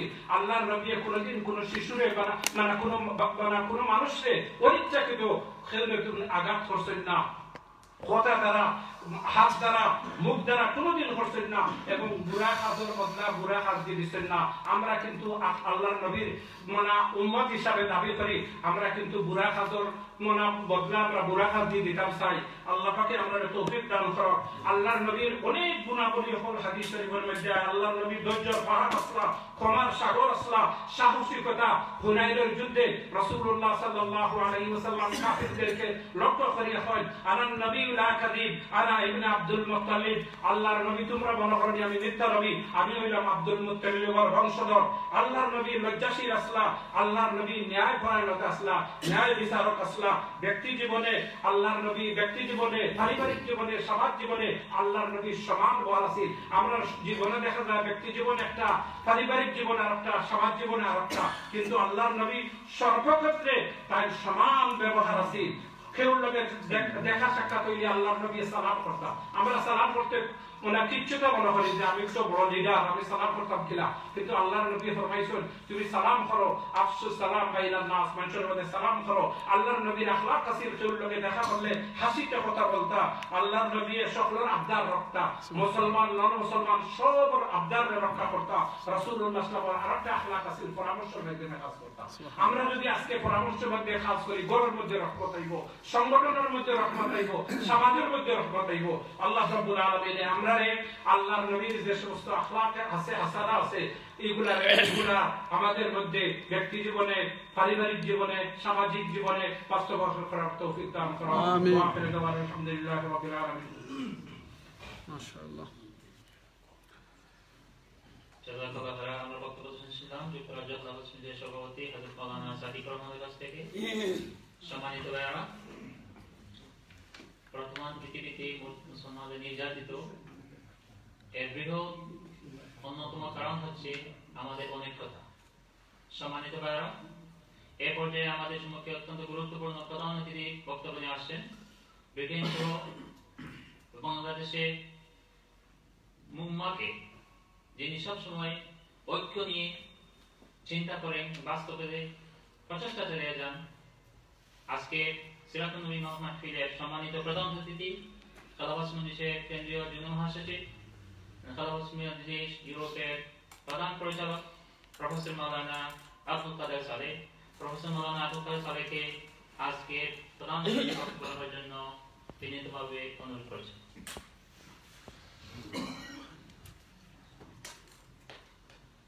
السلام عليكم ورحمة الله وبركاته. وعليكم السلام. الحمد لله رب العالمين والصلاة والسلام على سيد المرسلين وعلى آله وأصحابه أجمعين. وقد قال الله تعالى في كلامه المجيد: أعوذ بالله من الشيطان الرجيم. لقد كان لكم في رسول الله أسوة حسنة. আজকের এই সিরাতুন নবী সম্মেলনের সম্মানিত সভাপতি, মঞ্চভূমিষ্ঠ খেলাফত মজলিসের সম্মানিত সভাপতি, সাধারণ সম্পাদক, সহসভাপতিবৃন্দ, ওলামায়ে কেরাম ও আগত দিনী ভাইরা, আমি সারাদিন কর্মক্লান্ত অবস্থায় এখানে এসে অনেকেই দীর্ঘ সময় বসে আছেন। অনেক আলোচনা এখানে হয়েছে, যদিও সংক্ষিপ্ত, যথেষ্ট মূল্যবান আলোচনা হয়েছে। আমি তো মন্ত্রমুগ্ধের মতো আলোচনা করে শুনেছি। আল্লাহ রাসূলের জীবনী হচ্ছে বিশাল। তিনি বিশ্বনবী এবং বিশ্ব মানবতার জন্য আদর্শ। তার আলোচনা যদি যুগ যুগ যুগ যুগ ব্যাপী চলতে থাকে, সে আলোচনা শেষ হবে না। আমাদের জন্য ফায়দা এটাই, আমরা যত আলোচনা করব আর যত আলোচনা শুনব, ততই রাসূলের ছবি এবং চরিত্র আমাদের অন্তরের মধ্যে বসবে এবং সেই থেকে আমরা উপকৃত হব। হাদিসে আছে হুজুর পাক সাল্লাল্লাহু আলাইহি সাল্লাম ফরমান, ঈমান পরিপূর্ণ সে করে নিল যে বলে যে রাদিতু বিল্লাহি রাব্বান ওয়া বিল ইসলামি দীনান ওয়া বি মুহাম্মাদিন নাবিয়্যান সাল্লাল্লাহু আলাইহি ওয়াসাল্লাম।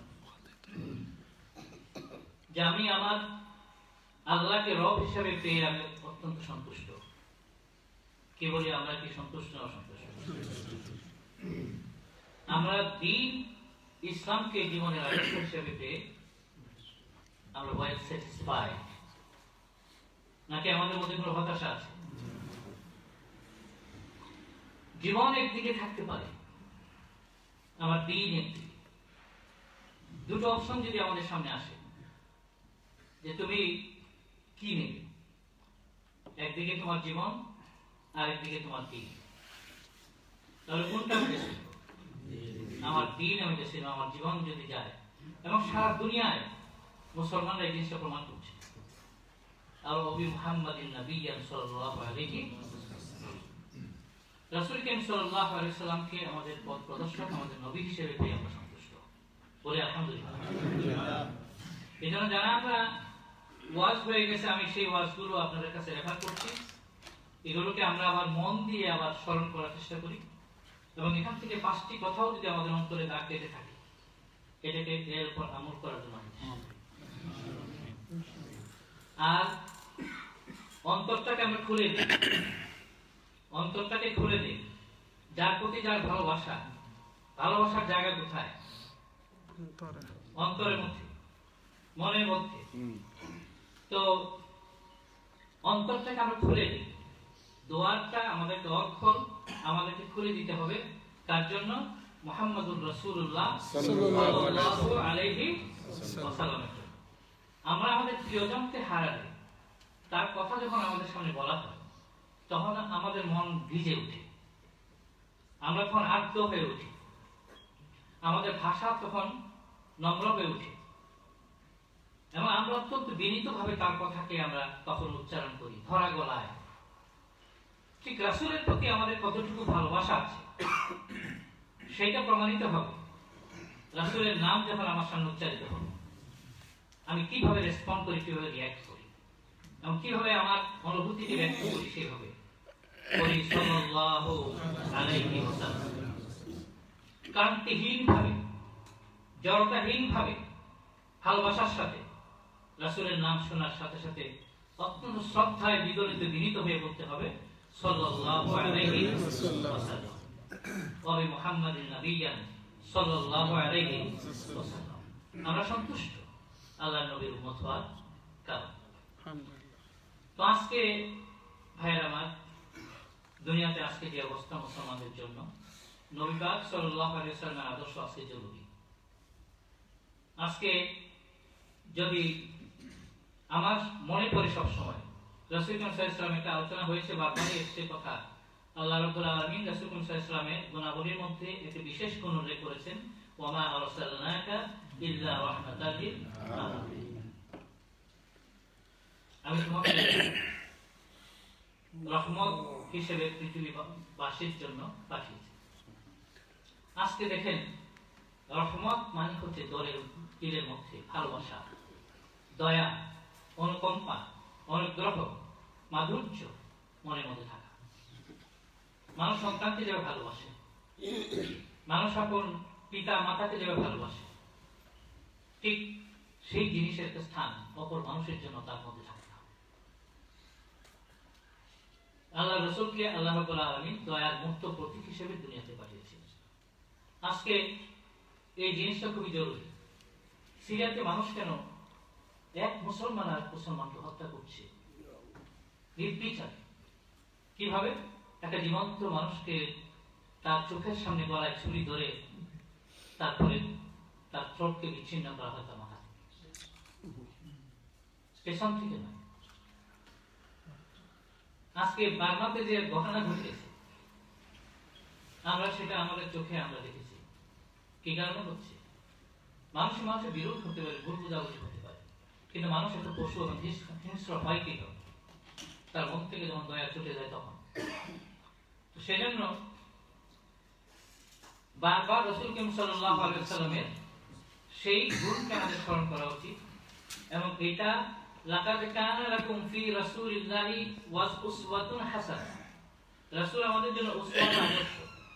তাহলে রাসূল যদি রহমতের নবী হয় তো আমাদেরকেও রহমতের উম্মত হতে হবে।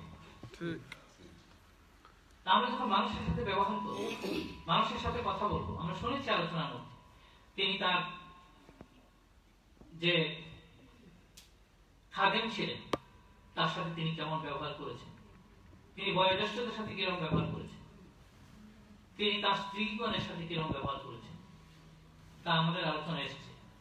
আজকে কাজ হচ্ছে আমাদের ওই জিনিসগুলো থেকে ধরে ধরে পয়েন্ট ধরে ওই জিনিসগুলো আমার অন্তরের মধ্যে স্থান দেওয়া এবং এর উপর নিজের কায়েম করার চেষ্টা করা।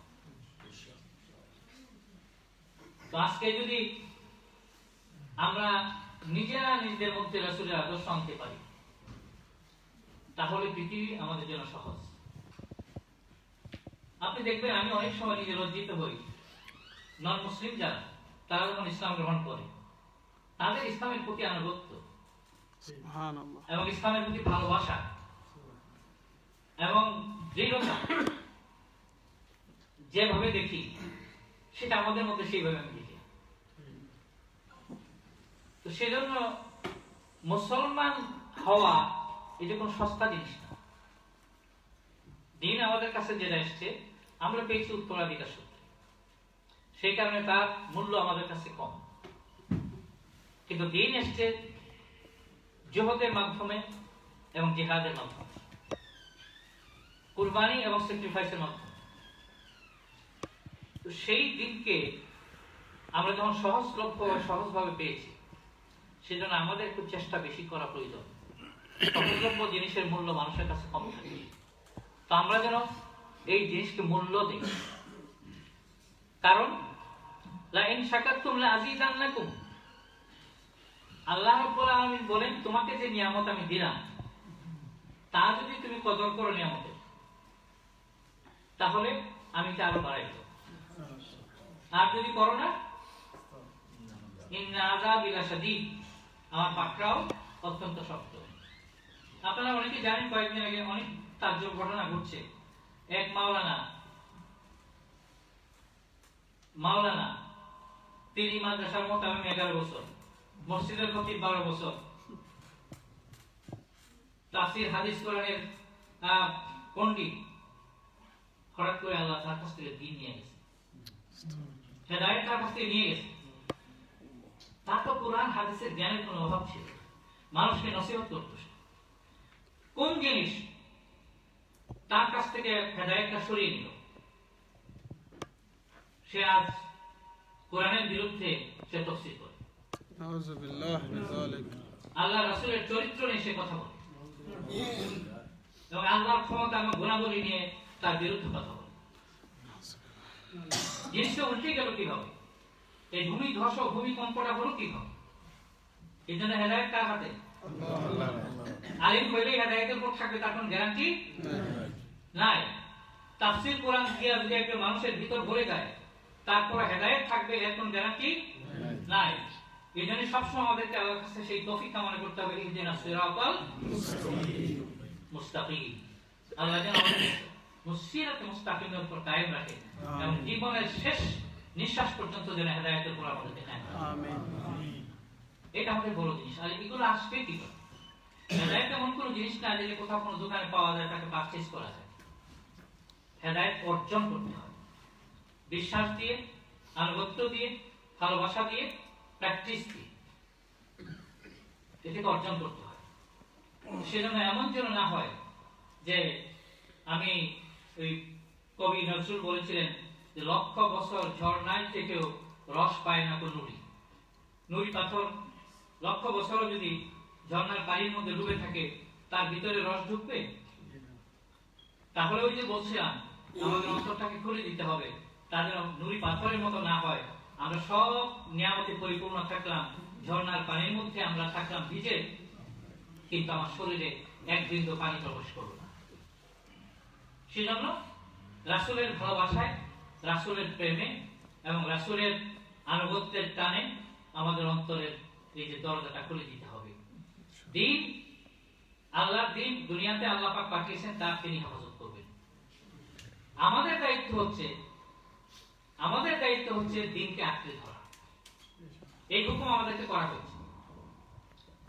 তো আমরা যেখান থেকে যত কাজ করি এই দিনকে আঁকড়ে ধরার চেষ্টা। দিন একটা কমপ্লিট জিনিস, যে যতটুকু আমাদের কাছে পৌঁছেছে সেটা আমরা আঁকড়ে ধরার চেষ্টা করি, আর যতটুকু আমরা জানি সেটা একজনকে জানাবার জন্য আমরা চেষ্টা করি। আল্লাহ পাক আমাদের সবাইকে তৌফিক দিন। আমিন। দীর্ঘ সময় যারা বসে আছেন, আজকের এই সময়টাকে আল্লাহ রাব্বুল আলামিন আমাদের জন্য কবুল করেন, এবং এই সময়ের জন্য আল্লাহ রাসূলের সাথে যেন আমাদের হাসর করেন। এই সবগুলো মানুষ যেন এই চেহারাগুলো যেন রাসূলের কাছে আল্লাহ রাব্বুল আলামিন পৌঁছে দেন, এবং তিনি যেন হাসরের ময়দানে আমাদেরকে চিনতে পারেন, সেই দোয়া করি। আমার আলাইহিল বালা। আসসালামু আলাইকুম ওয়া রাহমাতুল্লাহি ওয়া বারাকাতুহু। মাশাআল্লাহ, আমরা অত্যন্ত গুরুত্বপূর্ণ আলোচনা শুনলাম। আজকে সিরাত মাহফিলের সম্মানিত প্রধান অতিথি, বিশিষ্ট রাজনীতিবিদ এবং বিশিষ্ট সাংবাদিক অধ্যাপক আব্দুল কাদের সদরের কাছ থেকে সম্মানিত ভাইরা, এ পর্যায়ে আমাদের সম্মুখে সমাপনী বক্তব্য নিয়ে আসছেন গণমানুষের সংগঠন খেলাফত মজলিস লন্ডন মহানগর শাখার সম্মানিত সভাপতি, বিশিষ্ট আলিম, প্রিন্সিপাল হযরত মাওলানা হাফিজ এনামুল হক। হযরত মাওলানা হাফিজ এনামুল হককে আজকে ওনার সভাপতি বক্তব্যের মাধ্যমে আজকে সমাবেশের সমাপতি আহ্বান করার জন্য অনুরোধ করছি। আলহামদুলিল্লাহি রাব্বিল আলামিন ওয়াসসালাতু ওয়াসসালামু আলা রাসূলিহি মুহাম্মাদিন ওয়া আলিহি ওয়া আসহাবিহি আজমাইন।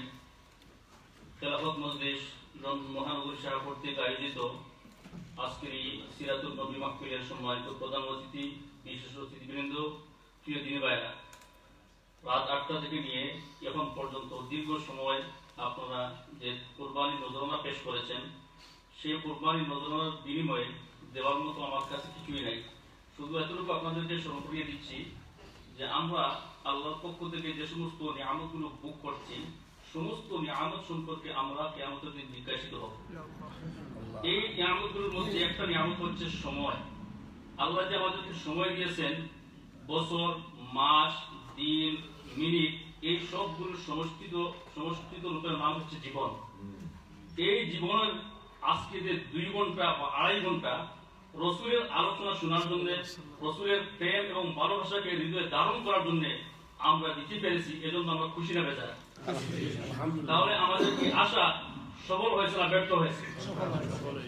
মুমিনদের গুণাবলী হচ্ছে তারা যা শোনার পরে বললে আমরা শুনলাম এবং আমরা মেনে নিলাম। আমরা রাসূল করিম সাল্লাল্লাহু আলাইহি ওয়াসাল্লামের জীবনের গুরুত্বপূর্ণ 8টি বিষয়ে আলোচনা শুনেছি। এখন আমাদের দায়িত্ব হচ্ছে তা মেনে নেওয়া, বাস্তব জীবনে তা বাস্তব প্রয়োগ করা। সংক্ষিপ্ত একটি কথা আমি বলছি। যায়েদ ইবনে দাসিনা রাদিয়াল্লাহু আনহু, ওনাকে ফাঁসির কাস্টে ঝুলানো হচ্ছে। মাত্র কয়েক মিনিট বাকি ওনাকে ফাঁসির কাস্টে ঝুলিয়ে নির্মমভাবে পৃথিবী থেকে বিদায় দেওয়া হবে। এমন অবস্থায় যখন কাফেররা হইহুল্লাহ আর উল্লাস করছিল, হারে তালি দেওয়া শুরু করছিল যে মুহাম্মদের অনুগতকে আজকে পৃথিবী থেকে বিদায় করে দেওয়া হবে, আবু সুফিয়ান একটু পা বাড়িয়ে বলছিল যে হে যায়েদ ইবনে দাসিনা, তুমি শুধু এতটুকু বলো যে আমার স্থানে মুহাম্মদকে নিয়ে এসে এখানে ফাঁসি দেওয়া হোক আর আমাকে মুক্তি দেওয়া হোক। শুধু এই কথা বললেই আজকে তোমাকে মুক্তি দেওয়া হবে এবং মুহাম্মদকে তো সেখানে আনা সম্ভব না। যায়েদ ইবনে দাসিনা রাদিয়াল্লাহু আনহু তখন হুঙ্কার সুরে বলছিলেন, হে কাফিরের গোষ্ঠীরা শুনে রাখো, আজকে মৃত্যুর মুখে আমি দাঁড়িয়ে তোমাদের সামনে দৃঢ়ভাবে বলছি যে মুহাম্মদ সাল্লাল্লাহু আলাইহি ওয়াসাল্লামকে এনে ফাঁসি দেওয়া হবে সেটা তো দূরের কথা, আমার প্রাণের বিনিময়ে বিশ্বনবীর পায়ের মধ্যে একটি কাঁটাবিদ্ধ হোক সেটাও আমি বরদাস্ত করতে রাজি নই। সুবহানাল্লাহ। মৃত্যুর মুখে দাঁড়িয়ে হযরত যায়েদ ইবনে দাসিনা রাদিয়াল্লাহু আনহু রাসূলের ভালোবাসা, রাসূলের মহব্বত প্রমাণ করে দিয়েছিলেন। তাহলে আজকে আমাদেরকে এই সিরাত মাহফিল থেকে শিক্ষা নিতে হবে। আমরা জীবন দিব, জান দিব, মাল দিব, বেঁচে থাকলে আমরা গাজী হব, আর যদি মরি তাহলে শহীদ মৃত্যু আমরা বরণ করব, তবুও রাসূলের বেইজ্জতি আমরা বরদাস্ত করব না। রাসূলের মহব্বত এবং ভালোবাসাকে অন্তরে ধারণ করে এই বিজয়ী কাফেলাকে, শহীদী কাফেলাকে মকসিদে মনসুর পর্যন্ত পৌঁছে নেওয়ার তৌফিক দান করুন এবং এর মাধ্যমে গোটা বিশ্ব যুগে আবার যেন খেলাফত ব্যবস্থা কায়েম হয়। সকলে বলি আমিন। আজকের এই প্রোগ্রামে বিশেষ করে খেলাফত মজলিস মহানগরী লন্ডনের প্রশিক্ষণ সম্পাদক মাওলানা মাহবুবুর রহমান তালুকদার সাহেব এসেছেন, আমরা ওনাকে আন্তরিক মোবারকবাদ জানাচ্ছি। বিশিষ্ট বুজুর্গ হযরত মাহমুদ খানি রহমতুল্লাহ আলাইহির সুযোগ্য সাহেবজাদা মাওলানা আব্দুল করিম সাহেব এসেছেন, ওনাকেও ধন্যবাদ জানাচ্ছি। আমি ওনাকে আজকে মুনাজাত করার জন্য আহ্বান জানাচ্ছি।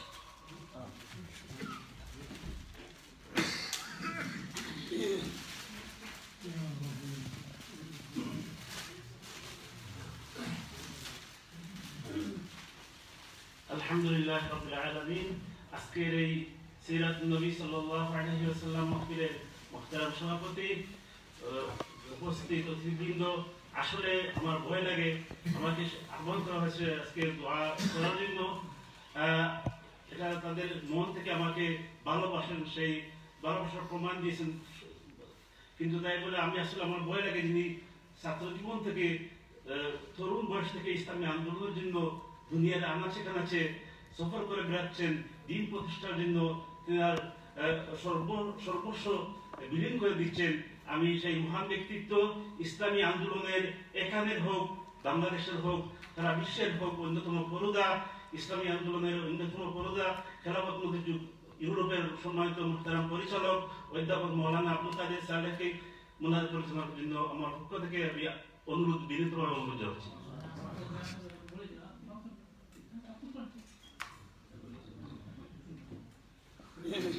اللهم صل على محمد وعلى آل محمد. اللهم صل وعلى آل إبراهيم إنك حميد مجيد. اللهم بارك على محمد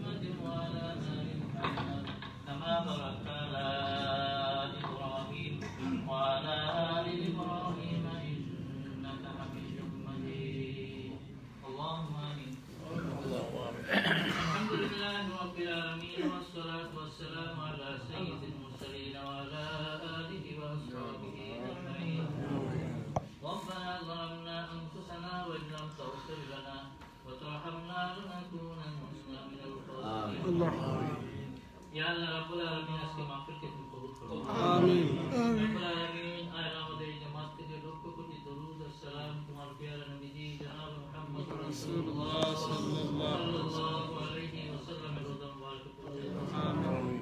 রব্বুল আলামিন তোমার দিলা আজকে আমরা এখানে হাজির হয়েছি আল্লাহ রব্বুল আলামিন আমাদের সকলের জিন্দেগীর तमाम গুনাহ সাথী মাফ করে দাও। আমিন। আল্লাহ আমাদের মা বাবার জন্য মাফ ফরমাও। আমিন। तमाम দুনিয়া সকল মুসলমানের মাফ ফরমাও। আমিন। আল্লাহ মুসলমানের জিন্দেগীতে আল্লাহ রব্বুল আলামিন মদদ ফরমাও। আমিন। দ্বীন ইসলামকে তুমি মদদ ফরমাও। আল্লাহ আমাদের অন্তরের মধ্যে হেদায়েতের নূর তুমি ভরে দাও। আল্লাহ রব্বুল আলামিন পরওয়ারদিগার কিয়ামতের যে সুন্নাত অন্ধকার আল্লাহ সেই রব্বুল আলামিন আল্লাহ এখান থেকে তুমি আমাদেরকে মদদ ফরমাও। রব্বুল আলামিন পরওয়ারদিগার দ্বীন ইসলামের বিরুদ্ধে আল্লাহ যত রকমের বাধা লেখা উঠে আসছে তুমি তা দূর করে দাও। আমিন। আল্লাহ রব্বুল আলামিন আমাদের অন্তরকে তুমি খুলে দাও। আল্লাহ আমাদের ঈমান তুমি বৃদ্ধি করে দাও। আল্লাহ রব্বুল আলামিন তোমার দ্বীনের প্রতি আমাদের মহব্বত বাড়িয়ে দাও। আমিন। রাসূলের প্রতি আমাদের মহব্বত বাড়িয়ে দাও। আল্লাহ বিমান মুসিবত দূর করে দাও। আল্লাহ হাজাত আমাদের পুরো করে দাও। আল্লাহ রব্বুল আলামিন পরওয়ারদিগার খৈর এবং বরকত দ্বারা আমাদের জীবন ভরপুর করে দাও। ربنا افرغ علينا صبرا وثبت اقدامنا وانصرنا على القوم الكافرين. سبحان ربك رب العزة عما يصفون والسلام على المرسلين والحمد لله رب العالمين. السلام عليكم. Sama-sama. Kalau kasih sahabat mengakhiri.